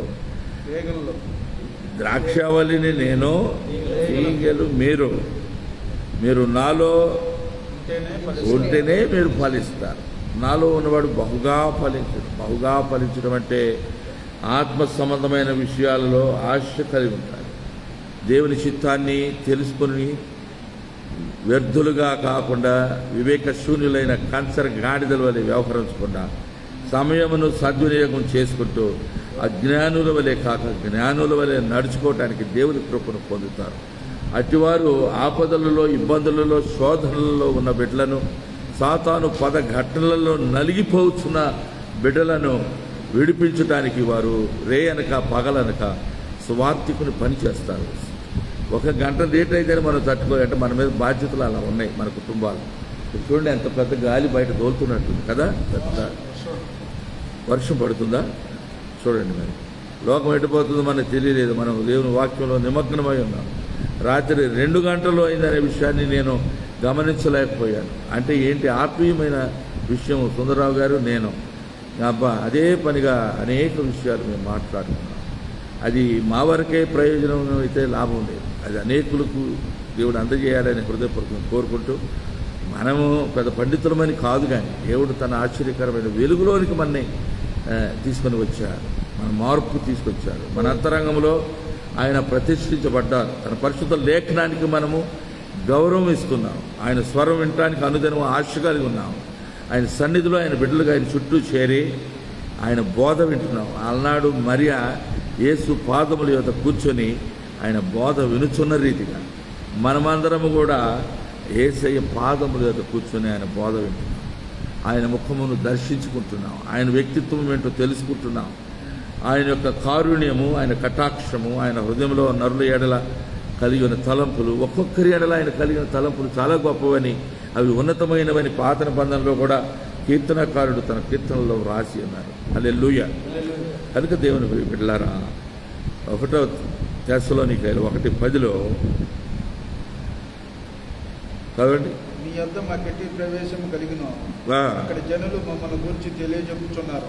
అవును. మరియు మీరు విగ్రహములను విడిచిపెట్టి జీవము గలవాడును సత్యవంతుడు నాకు దేవునికి దాసులగుటకును దేవుడు మృతులలో జీవము గలవాడును సత్యవంతుడు దేవునికి దాసులకు సత్యవంతుడు నాకు దేవుడు సత్యవంతుడు. మనం అసత్యవంతులమై నేను దేవుని పెట్టినానని చెప్తే సత్యాన్ని విడిచిపెట్టినంత దేవుని బిడ్డలమని ఆయన చెప్పినంత మాత్రం చేత మనం సత్యంలో నిలబడి ఉండకుండా సత్యం అంటే వాక్యము.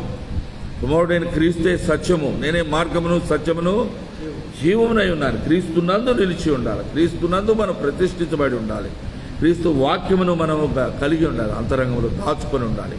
పాపము ప్రభావం మన మీద ఉండదు. ఒకవేళ బలహీన గడిలో పాపానికి మనము లోబడినా వెంటనే పశ్చాత్తాపడతాం, మన పాపమును ఒప్పుకుంటాం, క్షమించమని వేడుకుంటాం, అనేకులు కట్టి మంచి మాదిరిని చూపిస్తాం, మన వ్యక్తిగత జీవితంలో స్థిరపరచుకుంటాం.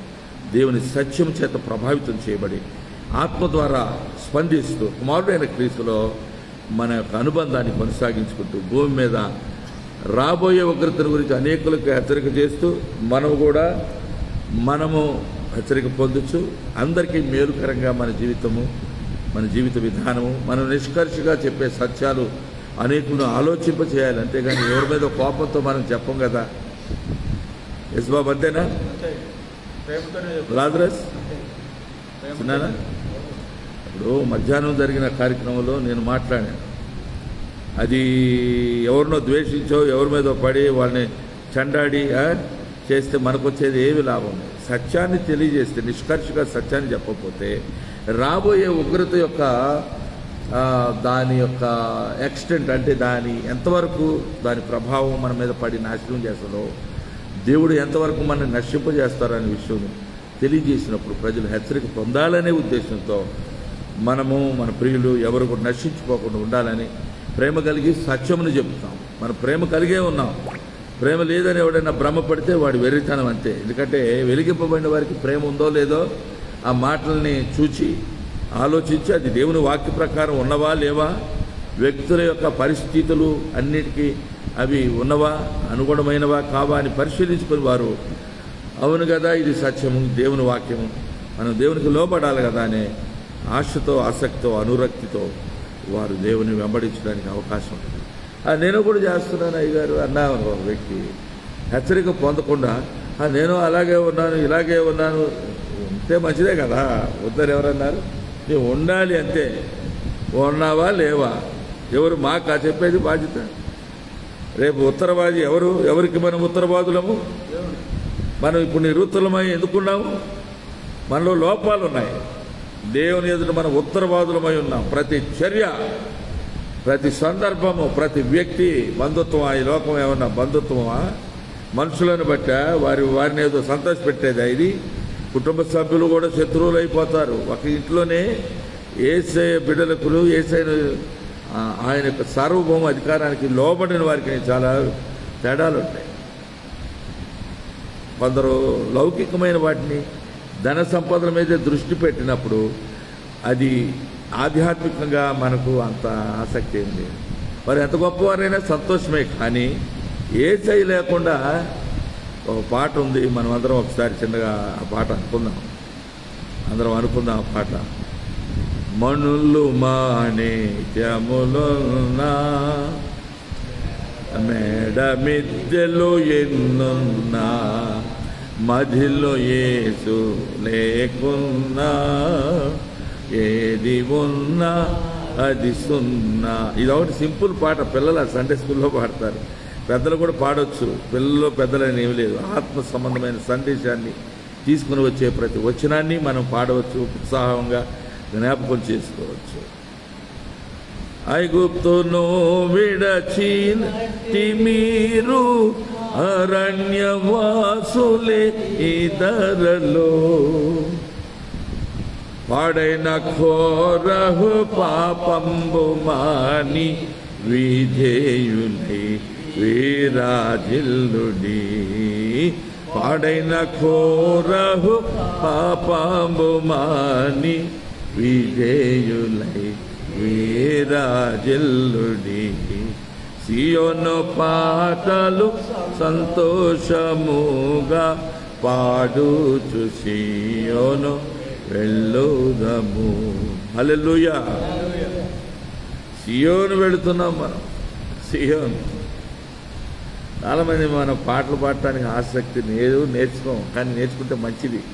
అవి మనం మధ్యలో మనం బయట పనుల్లో ఉన్నప్పుడు కూడా వాటిని హమ్ చేసుకుంటే అందులో ఉన్న సందేశాత్మకమైన పాటలు పాడాలి. లోకంలో వాళ్ళంతా సినిమా సంబంధమైన సంగీతాలు, శైలి విద్వాంసులు, సంగీత విద్వాంసులు బయలుదేరి ఎన్నో రకాలుగా రాస్తున్నారు. మంచివే కొన్ని. సందేశం ఏం చెప్తున్నారు ఆ పాట ద్వారా అనేది వినాలి. ఆ సంగీతము మాటలకు మించిన శబ్దాలతో ఉంటుందా, లేకపోతే ఆ యొక్క మాటలు ప్రస్ఫుటంగా వినిపిస్తూ అవి మందరంగా సంగీతం ఉంటుందా ఆలోచించుకొని ఆ పాటను మనం హమ్ చేసుకుంటే, మంచిగా సెలెక్ట్ చేసుకొని దేవుని వాక్య సందేశాలను, వాక్యాలని అందులో క్రోడీకరించి ఇన్కార్పొరేట్ చేసి పాటలు పాడేది రాసేటువంటి దేవుని దాసులు చాలామంది ఉన్నారు. వాటిని బట్టి దేవునికి స్తోత్రం. కనుక ఇప్పుడు పాటలని కాదు, మనం ఇందులో ఒక పాట పాడాం. అయితే అపొస్తలుల కార్యములు 3వ అధ్యాయంలో 19వ వచనంలో ఇక్కడ ఏమి చేయాలి, ఏ విధంగా దేవుని ఉగ్రత నుండి తప్పించుకోవాలి, ఎలా దేవుని సన్నిధికి రావాలి, ఏ విధంగా మనం ఆయన ప్రసన్నతను, ఆయన యొక్క కృపను పొందగలుగుతాం అనే విషయాన్ని ఇప్పుడు ఆలోచిద్దాం. 3వ అధ్యాయం అపొస్తలుల కార్యములు 19వ వచనంలో 3:19 ప్రభువు యొక్క సముఖములో నుండి విశ్రాంతి కాలములు వచ్చునట్లును మీ కొరకు నియమించబడిన పంపునట్లును మీ పాపములు తుడిచివేయబడు నిమిత్తమును ఏం పొందాలండి? ప్రతి స్థలములో ప్రతి వ్యక్తి మారు మనసు పొంది ప్రభువు వైపు తిరగాలి. ఇప్పటి వరకు ఎక్కడో నీ దృష్టి ఉన్నది. కుదిగంత నివాసులారా, మీరు నా వైపు చూచి రక్షణ పొందుడి. రక్షణ పొందాలంటే నువ్వు ఎక్కడెక్కడో నీ దృష్టి పెట్టుకుంటే రక్షణ రాదు. నువ్వు కష్టపడవలసింది కూడా ఎక్కువ లేదు, నీ తరపున నువ్వు చేసేవి తక్కువే. కాబట్టి నువ్వేం చేయాలి? ఎక్కడో నువ్వు నీ దృష్టి నిలుపుకొని ఉన్నావు, ఇప్పుడు యేసు వైపు నీ దృష్టి నిలపాలి. బుదిగంత జనులారా అని ఎవరైనా ఏ కులము మతమైనా అక్కడ రాయలే. భూదిగంతాలలో అంచుల వరకు ఉన్న అన్ని దేశాల నివాసులైన ప్రజలు యేసు వైపు చూచి రక్షణ పొందాల్సిందే.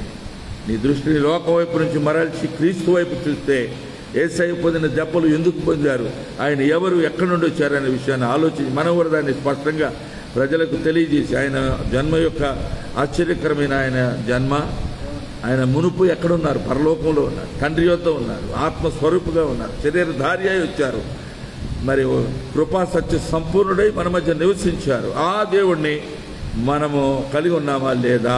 ఆయన మీరు మీ పాపములు ఒప్పుకొని నీళ్ళ ఆయన నమ్మదగిన వాడును నీతిమంతుడును గనుక సమస్త దుర్నీతి నుండి మిమ్మలను పవిత్రులనుగా చేయనని 1 యోహాను 1వ అధ్యాయము 7 నుండి 9 వరకు, అంతే 7 నుంచి 9 వరకు నేను జస్ట్ అందాజాగా చెప్తున్న అడ్రస్. దాంట్లో చదివితే అన్నీ ఉన్నాయి. అక్కడ పాపం లేని వారు మనం చెప్పుకుంటే మనమే మోసపుచ్చుకుంటాం, మనలో సత్యం ఉండదు. కానీ మన పాపమును ఒప్పుకుంటేనే, యేసయ్య వైపు తిరిగితేనే, యేసయ్య నామమున ప్రార్థన చేస్తేనే, యేసయ్య నీవే నాకు రక్షకుడవు అని ఎలుగెత్తి ఆయన నామంలో మొర్ర పెడితేనే హల్లెలూయా ప్రతి వ్యక్తికి, ప్రతి పాపికి రక్షణ దొరుకుతుంది.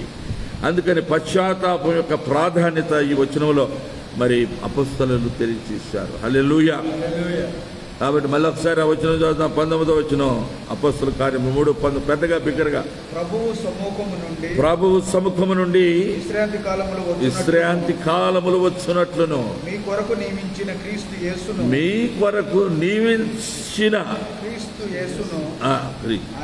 తండ్రి అయిన దేవుడు కుమారుడిని మన కొరకు, మన రక్షణ కొరకు, మరి పాప క్షమాపణ కొరకు, భూలోకంలోని ప్రజలందరికీ మార్గము కొరకు, సత్యములో వారు ప్రతిష్ఠించబట్టు కొరకు,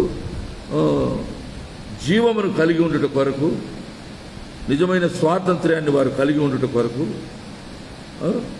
వారి యొక్క చీకట్లోంచి వెలుగులోనికి రావటానికి, వెలుగు అయిన తానే లోకానికి వెలుగై ఉన్న క్రీస్తు వైపు వారు మళ్ళితే వారు బాగుపడతారని దేవుడు కుమారుని నియమించాడు.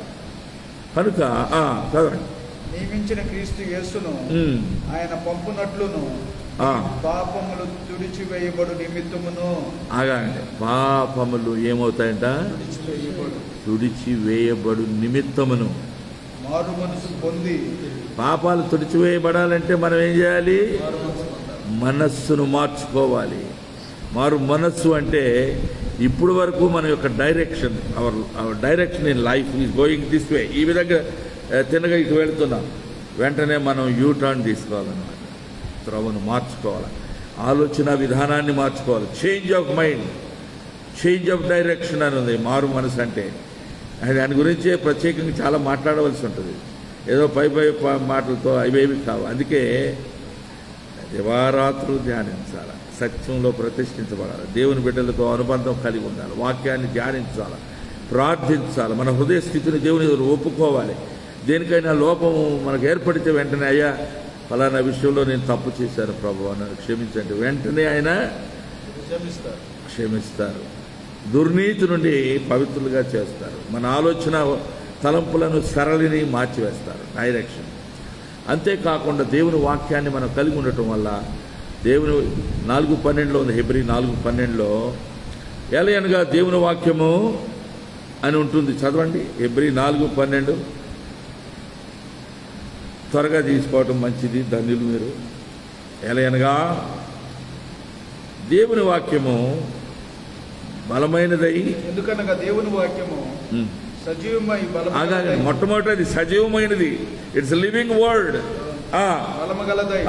సజీవమై బలము గలదై, 2 అంచులు కలిగిన ఎటువంటి ఖడ్గము కంటే కట్టెను వాడిగా ఉండి ప్రాణమును ఆత్మను మూలుగను కేళ్లను మూలుగను విభజించునంత మట్టుకు దూరుచు హృదయం యొక్కయు తలంపుల యొక్కయు ఆలోచనలను అది శోధించే శక్తివంతమైన దేవుని పరిశుద్ధ లేఖనము, ప్రభువైన యేసుక్రీస్తు వారి మాటలు. ఆ వాక్యమును ఆధారముగానే రేపు మనకు తీర్పులు తీర్చబడుతూ ఉంటాయి. ఆ వాక్యాన్ని రాసుకోవటం పుస్తకాల్లో పెట్టడం కాదు, హృదయంలో పెట్టుకున్నామా లేదా? ఆ వాక్యాన్ని ప్రసంగాలు చేసేదో ఆన్లైన్లో పెట్టడమేనా, ఇతరులకు కొట్టేట్టు పెద్ద పండితుడిలాగా నువ్వు ఏదో ప్రదర్శన చేయటమేనా, లేకపోతే నువ్వేమైనా దాన్ని హృదయంలో పెట్టుకున్నావా? చెప్పేవాడు వినేవాడు అందరికీ దేవుని వాక్యం ఎంతో శిరోధార్యమైనది. వినేవాడు ముందు వినాలంటే, ఆత్మలో వాడు వర్ధిల్లాలంటే, ఫలించాలంటే చెప్పేవాడు వాక్య ఉపదేశం చేసే వ్యక్తి ఆత్మ పూర్ణుడై ఉండాలి. హల్లెలూయా. విధేయుడై ఉండాలి, దేవుని ఆత్మతో నిండుకొని ఉండాలి. ఆ ఎలీషా ప్రవక్త ఏమయ్యాడు? ఆత్మపూర్ణుడుగా ఉన్నాడు. ప్రవక్తలందరూ ఎలా ఉన్నారు? ఆత్మపూర్ణులై ఉన్నారు. ఇవాళ టైటిల్స్ పెట్టుకుంటున్నారు ప్రవక్త అని. వాళ్ళలో కనిపించేవన్నీ ఇహలోక సంబంధమైన తలంపులు, ఏవో సోది చెప్పినట్టు చెప్పుకుంటూ చాలామంది. అంటే నిజమైన ప్రవక్తలు ప్రభు తరపున వక్తలుగా ఉంటారు. ప్రవక్తలు ప్రభు పక్షాన, he will be A spokes man for the Kingdom of God. పరలోకములో ఉన్న ప్రభు పక్షమున భూలోకములో ఉన్న నరుల ఎదుట పాపులందరినీ ప్రభు వైపు త్రిప్పటం కోసం, వారికి హెచ్చరిక చేయటం కోసం, కనువిప్పు కలిగించడం కోసం దేవుని తరపున నిలవబడిన అలనాటి నోవహు వలె, మోషే వలె, ఏలియా వలె, మరి హనోకు నడిచాడు దేవుడు. అలా నడవాలి. మరి ఇవన్నీ కూడా మనకు పెద్ద అనుభవాలు. అలనాటి భక్తుడైన అబ్రాహాము వలె, అబ్రాహాముగా బయలుదేరినవాడు అబ్రాహాముగా చేయబడ్డాడు. వేరైపోయినవాడు, అన్నదమ్ములు అక్క చెల్లెంటారు తల్లిదండ్రులు, మీ నాన్న కూడా వదిలిపెట్టవా అని చెప్పాడు దేవుడు. మీ నాయనను మా నాయన మా అమ్మ అని వేలాడుతూ ఉన్నామనుకో, దేవుడు నీకు ఇవ్వదలుచుకున్న శ్రేష్టమైన మా అన్నయ్య అమ్మ, నాకు మా అన్నయ్య అంటే అంత ప్రేమ. ఎవడొద్దన్నారండి? ప్రేమించొద్దన్నారా? ప్రేమించితే ఏం చేయాలా? ఆ వాక్యమును గైకొను అంటున్నాడు. ప్రేమించితే ఏం చేయాలి? నేను నన్ను ప్రేమించినట్టు నా ఆజ్ఞలను గైకొనుడి.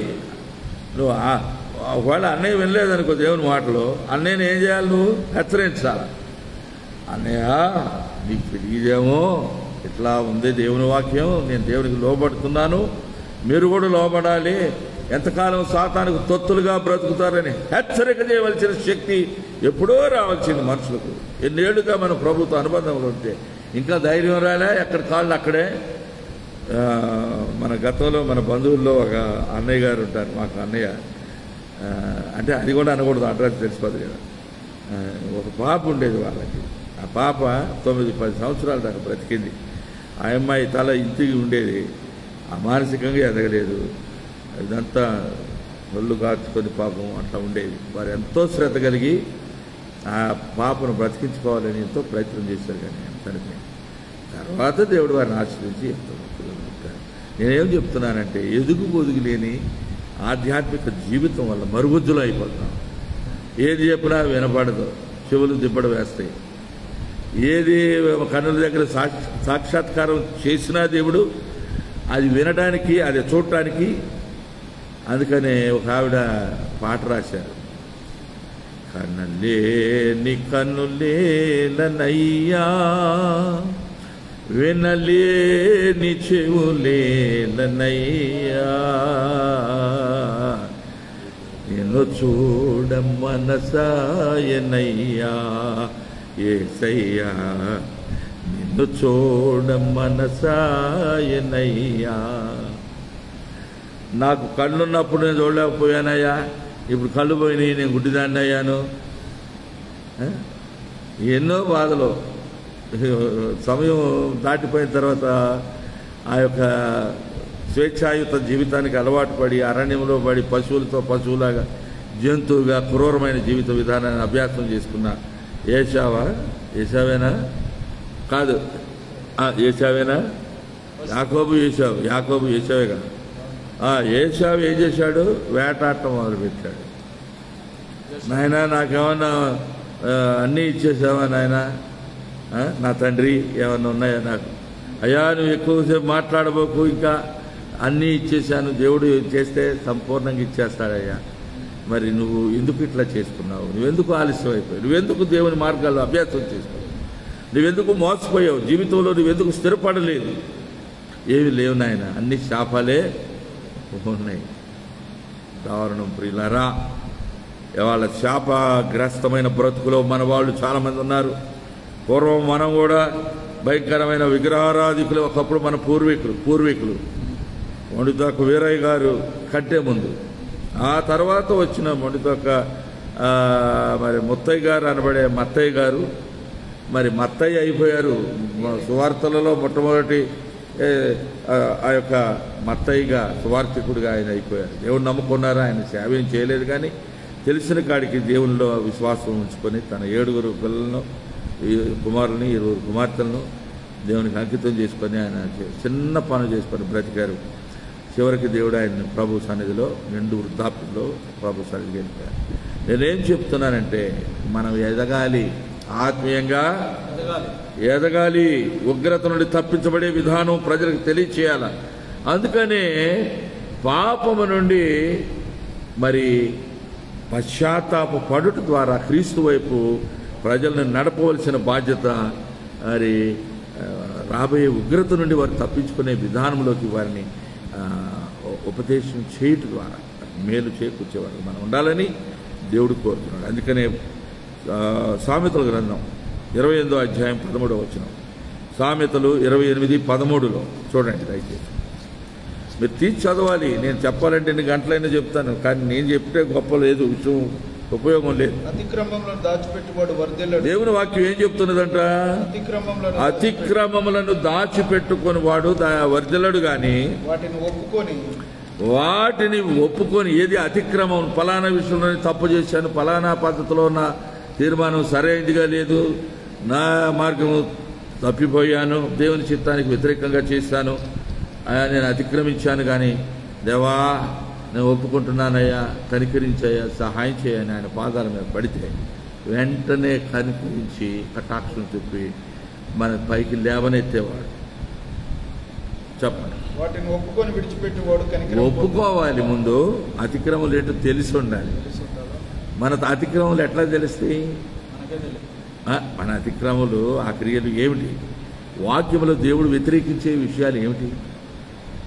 గర్వము, అతిశయము, దొంగ స్వభావము, విగ్రహారాధన, అవినీతి, శరీర కార్యములు, లోకములో సాతానుడు మనుషులకు నేర్పిన అబద్ధములు, అసత్యములు అన్నిటిని వదిలిపెట్టుకొని, అయ్యా నేను సత్యాన్నే నమ్ముతాను, అయితే నేను సత్యాన్ని ఒప్పుకుంటాను, నేనైతే పాపినే, బలహీనుడే, కానీ నీవు బలవంతుడు, నిన్ను ఆశ్రయించా, నీవు తప్ప నాకు దిక్కు మొక్కు ఏమీ లేవని తెలుసుకున్నానని ఒక ప్రతి వ్యక్తి కూడా ప్రభువుకు తను తాను లోబర్చుకోవటం అనేది రాబోయే ఉగ్రతలో నుండి, శిక్షా విధిలో నుండి మనిషిని తప్పిస్తుందని దేవుని వాక్యం చెప్తాం.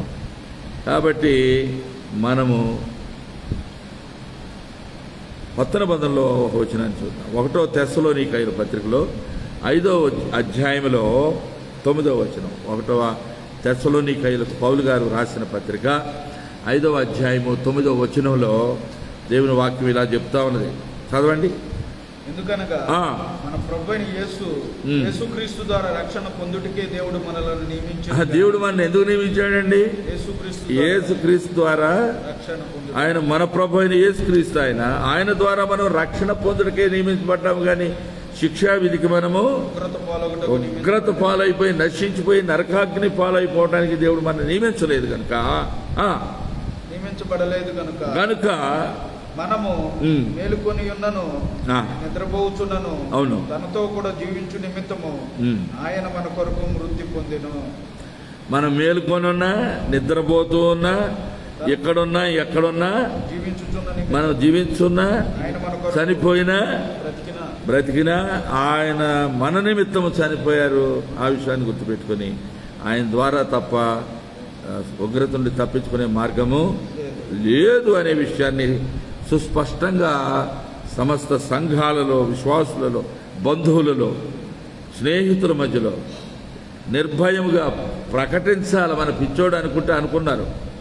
నోవా గారు 120 సంవత్సరాలు నీతి సువార్తను ప్రకటిస్తూ ఉంటే, ఏంట్రా పిచ్చోళ్ళు కుటుంబం మంచిది కాదు, వాళ్ళు చేసేది మంచి పని, దేవునికి లోబడ్డారు. వారందరూ కలిసి ఒకే మాట మీద ఉండి తండ్రికి లోబడి, తల్లిదండ్రులు దేవునికి లోబడినందువల్ల పిల్లలు, వారి భార్యలు దేవుని యొక్క మార్గాల్లో నడుస్తూ వారు ఏం చేశారు? వాడు కడుతున్నారు. హల్లెలూయా. దేవుని నియమం ప్రకారం, దేవుని చిత్త ప్రకారం, దేవుడి ఇచ్చిన కొలతల ప్రకారం, దేవుని యొక్క నియమాలు అనుసరించి చెప్పిన పర్వాలేదులే, మనకు తుమ్మకర్ర లేదు కాబట్టి ఏంటి ఏదో ఒక కర్ర ఇక్కడ ఉందిగా మానే అని మామిడి కర్ర పెడదామని, లేకపోతే ఇంకేదో కర్రలు ఉంటాయి కదా, ఏమిటి నేరేడు కర్ర, అన్ని రకాల కర్రలు ఉంటాయి కదా, ఏదో ఇట్లా బిల్లుడని రకరకాలు. ఈ కర్రలు కాదండి, ఆయన చెప్పిన కర్రనే వాడాలి, చెప్పిన కొలతలోనే నువ్వు కట్టాలి. నీవు ఆయన చెప్పిన సువార్తను ప్రకటించకుండా క్రొత్త జోడించి బోధించావనుకో, ఆడ మనుషులు బాగా దుఃఖపడి ఏడుస్తారు చూడు. స్త్రీలను ఏడిపించి వీళ్ళు ఏడిచి అందరినీ ఎమోషనల్గా అంటే మానసికంగా వారిని తారుమారు చేయటం, కనువిప్పు కలగకుండా ఎంతకీ బరువైన హృదయంతో వారి నుంచి ఏది చెప్తే అది వినే స్థాయికి వారిని తీసుకొచ్చుకొని మనం చెప్పిన మాటలు వారు మనమటి తోకాడించుకుంటూ తిరిగేటట్టుగా చేసుకోవటం అది దేవుని చిత్తం కాదు. చాలామంది వాళ్ళ స్త్రీలలో స్త్రీలలాగా ఏడవటం, పురుషుల్లాగా ఏదో చేసుకుంటూ ఉన్నారు. చాలా అది బాధాకరమైన విషయం. కానీ మరి దాన్ని మనం ఏం చేయాలి? దేవుడే వారిని చూసి జాలిపడాలా, కనికరించాలి, సహాయం చేయాలి. కనుక దేవుడు మహిమ పొందునుగాక. మరి రోమా 13లో 4:5 ఈ మాటలు చదవకుండా కొత్త నిబంధనలో హెచ్చరికలను కూడా మనం నిర్లక్ష్యం చేస్తే తప్పించుకోలేమండి. రోమా పత్రికలో 13వ అధ్యాయం 4-5 వచనాలు. యేసుబాబు గారు, నీకు మేలు కలుగుటకు అధికారులు దేవుని పరిచారకులు వారికి భయపడక ఉండి కోరితివా, మేలు చేయుము, అప్పుడు వారి చేత మెప్పు పొందుదువు. నీవు చెడ్డది చేసిన ఎడల భయపడము. అవును, వారు ఊరకే ఖడ్గము ధరింప. దేవుడు నియమించిన అధికారులు, దేవుడు నియమించిన ప్రభుత్వము, దేవుడు నియమించిన పెద్దలు, మనుషులు రకరకాలుగా వ్యాఖ్యానిస్తూ ఉంటారు. అధికారం దేవుడి వల్ల ఇవ్వకపోతే ఎవరికి రాదు. మామూలుగా రకరకాలుగా ఎన్నో చెప్తూ ఉంటారు. ట్రంప్ గారు ఇప్పుడు అధికారంలో ఉన్నాడు అమెరికాలో. ఎవరైనా మాట్లాడగలరా? ఆయన చేసే పిచ్చి తీర్మానాలను చాలామంది అంటున్నారు. ఆయన ఇచ్చిన వాగ్దానాలు నెరవేర్చుకోవడానికి, ఆ దేశ ప్రజల్లో పేరు తెచ్చుకోవడానికి, అమెరికా యొక్క ఇంట్రెస్ట్ని అప్హోల్డ్ చేసుకోవడానికి ఆయన ఏదో చేసుకుంటున్నాడు.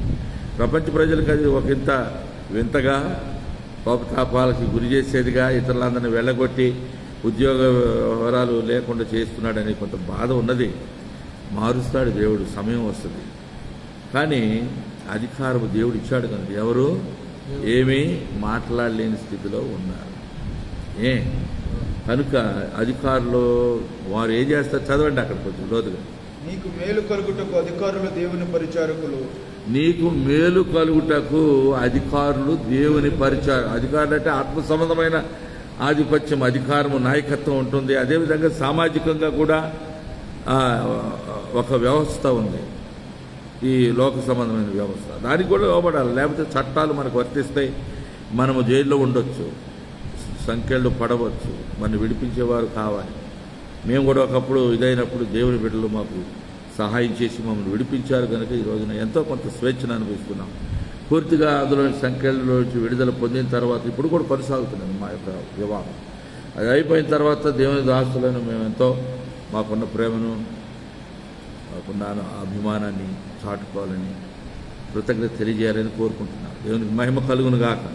అధికారులు దేవుడు నియమించిన వారే కనుక ప్రతి విషయంలో కూడా పరిచారకులుగా దేవుని భయపడక ఉండగోరితువా, మేలు చేయము, అప్పుడు వారి చేత మెప్పు పొందుదు. అలాగే ఎవరి విషయంలో కూడా భయం లేకుండా నిర్భయంగా నిస్సందేహంగా నీవు నిస్సంకోచంగా తిరగాలంటే నువ్వు ఏం చేయాలి? ఎప్పుడు కూడా మేలు చేయి.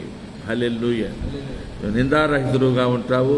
ప్రజల దృష్టిలో, దేవుని దృష్టిలో నీవు మెప్పు పొందిన వాడుగా ఉంటావు. ఉగ్రతను, అవమానాన్ని, నిందని తొలగించుకున్నవాడు అవుతావు. దేవుని యొక్క ఆశీర్వాదం పొందుతావు. కనుక దేవుడు బిడ్డలారా, అనేక రకాలైనటువంటి వాక్యంలో ఉన్న విషయాలు మనం ఈ రోజున మనం హెచ్చరిక పొందటానికి దేవుడు మనకి ఇచ్చిన ఈ కొద్ది వచనాలను మనం ధ్యానం చేశాము. ఆఖరుగా దాదాపు వచ్చినట్టే పైకి ఇంకా ముఖ్యమైన విషయం, ఇది కొనసాగించవలసిన అంశం ఉంది. కానీ రేపు సాయంకాలము దైవ చిత్తమైతే, లేక పగలైతే ఇంకా బాగుంటుంది, స్వేచ్ఛగా ఉంటుంది. ఇక మళ్ళీ రాత్రులు వచ్చి వాన, వరద ఇవన్నీ సమస్యలు లేకుండా మనం సమయాన్ని కొంచెం మార్చుకొని చేద్దాం. ఇప్పుడైతే మనము ఆఖరి వచ్చిన చదవనే లేదు కనుక చూడండి, హెబ్రీ పత్రిక చూద్దామండి. హెబ్రీ పత్రిక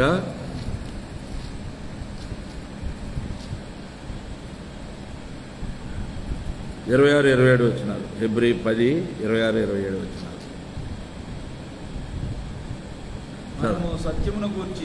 మనము సత్యమును గూర్చి అనుభవ జ్ఞానం పొందిన తరువాత బుద్ధిపూర్వకముగా పాపం చేసిన ఎడల పాపమునకు బలి ఇకను ఉండదు గాని న్యాయపు తీర్పునకు భయముతో ఎదురు చూచుటయు విరోధులను దహింపబో తీక్షణమైన అగ్నియు నీకెగను ఉండును నీకెగను స్పష్టత ఉండాలి చదివే విషయంలో. మీరు ప్రతి చిన్నది తరపేది అవసరం మనకి. చదివే విధానం, వాక్యాన్ని ప్రజెంట్ చేసే విధానం, అంటే మనకు వచ్చినవి కరెక్ట్ అని కాదు, ఇంకా నేర్చుకోవాలి. అందరూ నేర్చుకోవాలి. నేను ఎన్నో విషయాలు నేర్చుకోవాలి. నాకు 67 ఏళ్ళు వచ్చినాయి. అయినా కూడా యేసయ్య కృపలో ఎప్పుడూ మంచి విషయాలు ఎవరు చెప్పినా విని, అవును కదా, ఇది నిజమైంది కదా. ఎవరైనా ప్రసంగం చెప్పేటప్పుడు yes Lord, I thank you Lord అని ఎందుకు చెప్తున్నాను? అది వారి ద్వారానైనా దేవుడు మాట్లాడుతున్నాడు. సత్యాన్ని పలికించినప్పుడు మనం ఏమంటాం? అవును, ఆ వాక్యం సరైనది, సత్యం అనేది, ఆ వైఖరి సరైనదని మనం అంగీకారం తెలియజేస్తాం, ఒప్పుకుంటున్నాం, దేవునికి లోబడుతున్నాం. కనుక దేవుని ప్రియమైన బిడ్డలారా, చెప్పుకుంటూ పోతే చాలా విషయాలు ఉంటాయి. ఒక్కసారే మనం ఏదో కృతార్థులం అయిపోం. అంచెలంచెలుగా క్రమక్రమంగా దేవుని వాక్య సత్యాలు ఒక క్రమమైన రీతిలో నేర్చుకుంటే, ఇక్కడ నేను చెప్పాను కదా మీకు పునాది వేసే కొన్ని ప్రాథమిక విషయాలే. నేను దైవచిత్తమైతే రాబోయే కొన్ని దినాల్లో నేను ఇక్కడ ఉండే దినాలు ఎంతవరకు ఉంటాయో చూసి దాన్ని బట్టి, లేకపోతే మీకు నేను ఆన్లైన్ ఎవ్రీడే, నేను హైదరాబాద్ వెళ్ళినా, ఇంకెక్కడికి వెళ్ళినా, ఒకవేళ నేను అమెరికా దేశం వెళ్ళినా కూడా వదిలిపెట్టను. దేవుడు నన్ను జీవింపజేసి ఉంచినంత కాలం ఆయనకు లోబడి ఉంటాను. ఎందుకంటే రాబోయే దినాల్లో నేను అమెరికాలో ఉండవలసిన అవసరం రావచ్చు.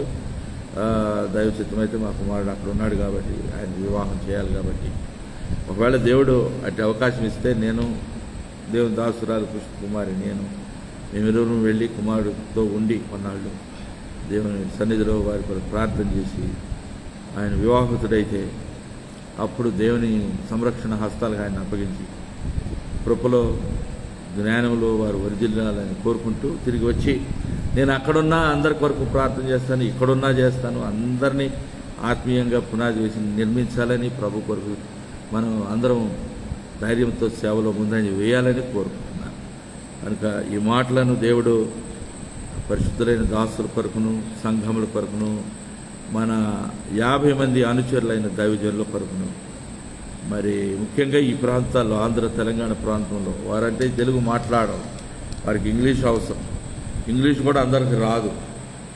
ఒరియా భాష మరియు రాజస్థాన్లో హిందీ భాష, ఇంకా కొన్ని ట్రైబల్ లాంగ్వేజెస్ ఉన్నాయి అక్కడ. మనం అవన్నీ రావు. అందరం ఒకే భాష మాట్లాడే దినాలు రాబోతున్నాయి పరలోకంలో. కానీ అందాక కొన్ని భాషల్లో తర్ఫీదు శిక్షణ పొంది మంచి విషయాలు నేర్చుకుని ప్రభు బిడ్డల ఎదుట మంచి విషయాలు వారి పరలోక సత్యాలు వారి ఆవిష్కరించితే అనేక మంది అంగీకరించి జీవిత లక్ష్యం ఏదైతే వెతుకుతున్నారో అది వారికి దొరుకుతుంది, అనువిప్పు కలుగుతుంది, ఆత్మకు రక్షణ కలుగుతుంది. కనుక ఉదిగంత జనులారా మీరు యెహోవా వైపు చూచి ఏం పొందుతారంట? రక్షణ ఎలా పొందుతారు? చూచి రక్షణ పొందుతారు. యేసయ్యన శిలువలో ఆయన పొందిన దెబ్బలు చూచి, చేయని నేరములు చేయని యేసయ్య యొక్క స్థితిని చూసి, ఆయన గురించి విని క్రీస్తుని గురించిన మాటే బోధించాలి. వినుట వల్ల విశ్వాసం కలుగుతుంది. వినుట క్రీస్తుని గురించిన మాటను బట్టి, సువార్తను బట్టి, క్రీస్తు ఎవరని చెప్పటను బట్టి, మరియా ఎవరు, ఆయన ఎవరు, యోసేపు ఎవరు, ఆయన కేవలం బాలుని యొక్క పసిబిడ్డ యొక్క సంరక్షణ కొరకు దేవుని వలన నియమింపబడిన ఒక తండ్రి స్థానంలో ఉన్నవాడే, దేవుని దూత వలన ఉపదేశించబడిన వాడై, హెచ్చరించబడిన వాడై, ఆ విధంగా యేసయ్య సంరక్షణ కొరకు మరియా యోసేపులు ఆయన పెంచి పెద్ద చేశారు. ఆ విధంగా దేవుని ప్రియబిడ్డలారా, దేవుడు ఏం చేసినా అన్నీ కూడా ఒక ఆలోచనతో, క్రమమైన సిద్ధాంతంతో, ఒక మార్గంతో, ఒక ఉపదేశం చేసి అందరం తప్పించుకోవాలని, విడిపించబడాలని, మన కుటుంబాలతో మనం వర్ధిల్లాలని, సంఘాలలో దేవుని విస్తారమైన సేవ జరిగి విలువైన ఆత్మలు సాతాను కబద్ధ హస్తాల్లోంచి విడిపించబడాలని దేవుడు కోరుకుంటూ ఉండగా, యెహోవా వైపు, యేసయ్య వైపు పరిశుద్ధాత్మ ద్వారా ఒప్పింపబడి అనువిప్పు కలిగించబడి యేసయ్యతో అనుబంధం ఏర్పడినప్పుడు వారు పరలోక రాజ్యపు పౌరులు అవుతారు. అట్టి అవకాశం వారు కలిగించాలంటే మనము దేవుని శక్తితో నిండుకొని, ప్రేమతో నిండుకొని వారి పాపముల నుంచి విడుదల పొందాలని ప్రార్థన చేస్తూ సువార్తను ప్రకటించాలి. సమయమందు అసమయమందు సువార్తికుని పని మనం చేయాలి. అలాంటి సంసిద్ధత, అలాంటి ప్రేమ, అలాంటి త్యాగము దేవుడు నాకును మనందరికీ అనుగ్రహించి భూమి మీద ఉన్న దేవుని దాసులందరినీ బలపరిచి ఈ భూమిలో దేవుని రాజ్యం స్థాపించబడేవాడు. అట్టి పనిలో మనమందరం నిమగ్నమై కొనసాగుటకు దేవుని కృప నిరంతరము తోడైండునుగాక. ఆమేన్. కృపామయుడా తండ్రి, మీ పాదాలకు వందనాలు, స్తోత్రాలు చెల్లిస్తున్నాము.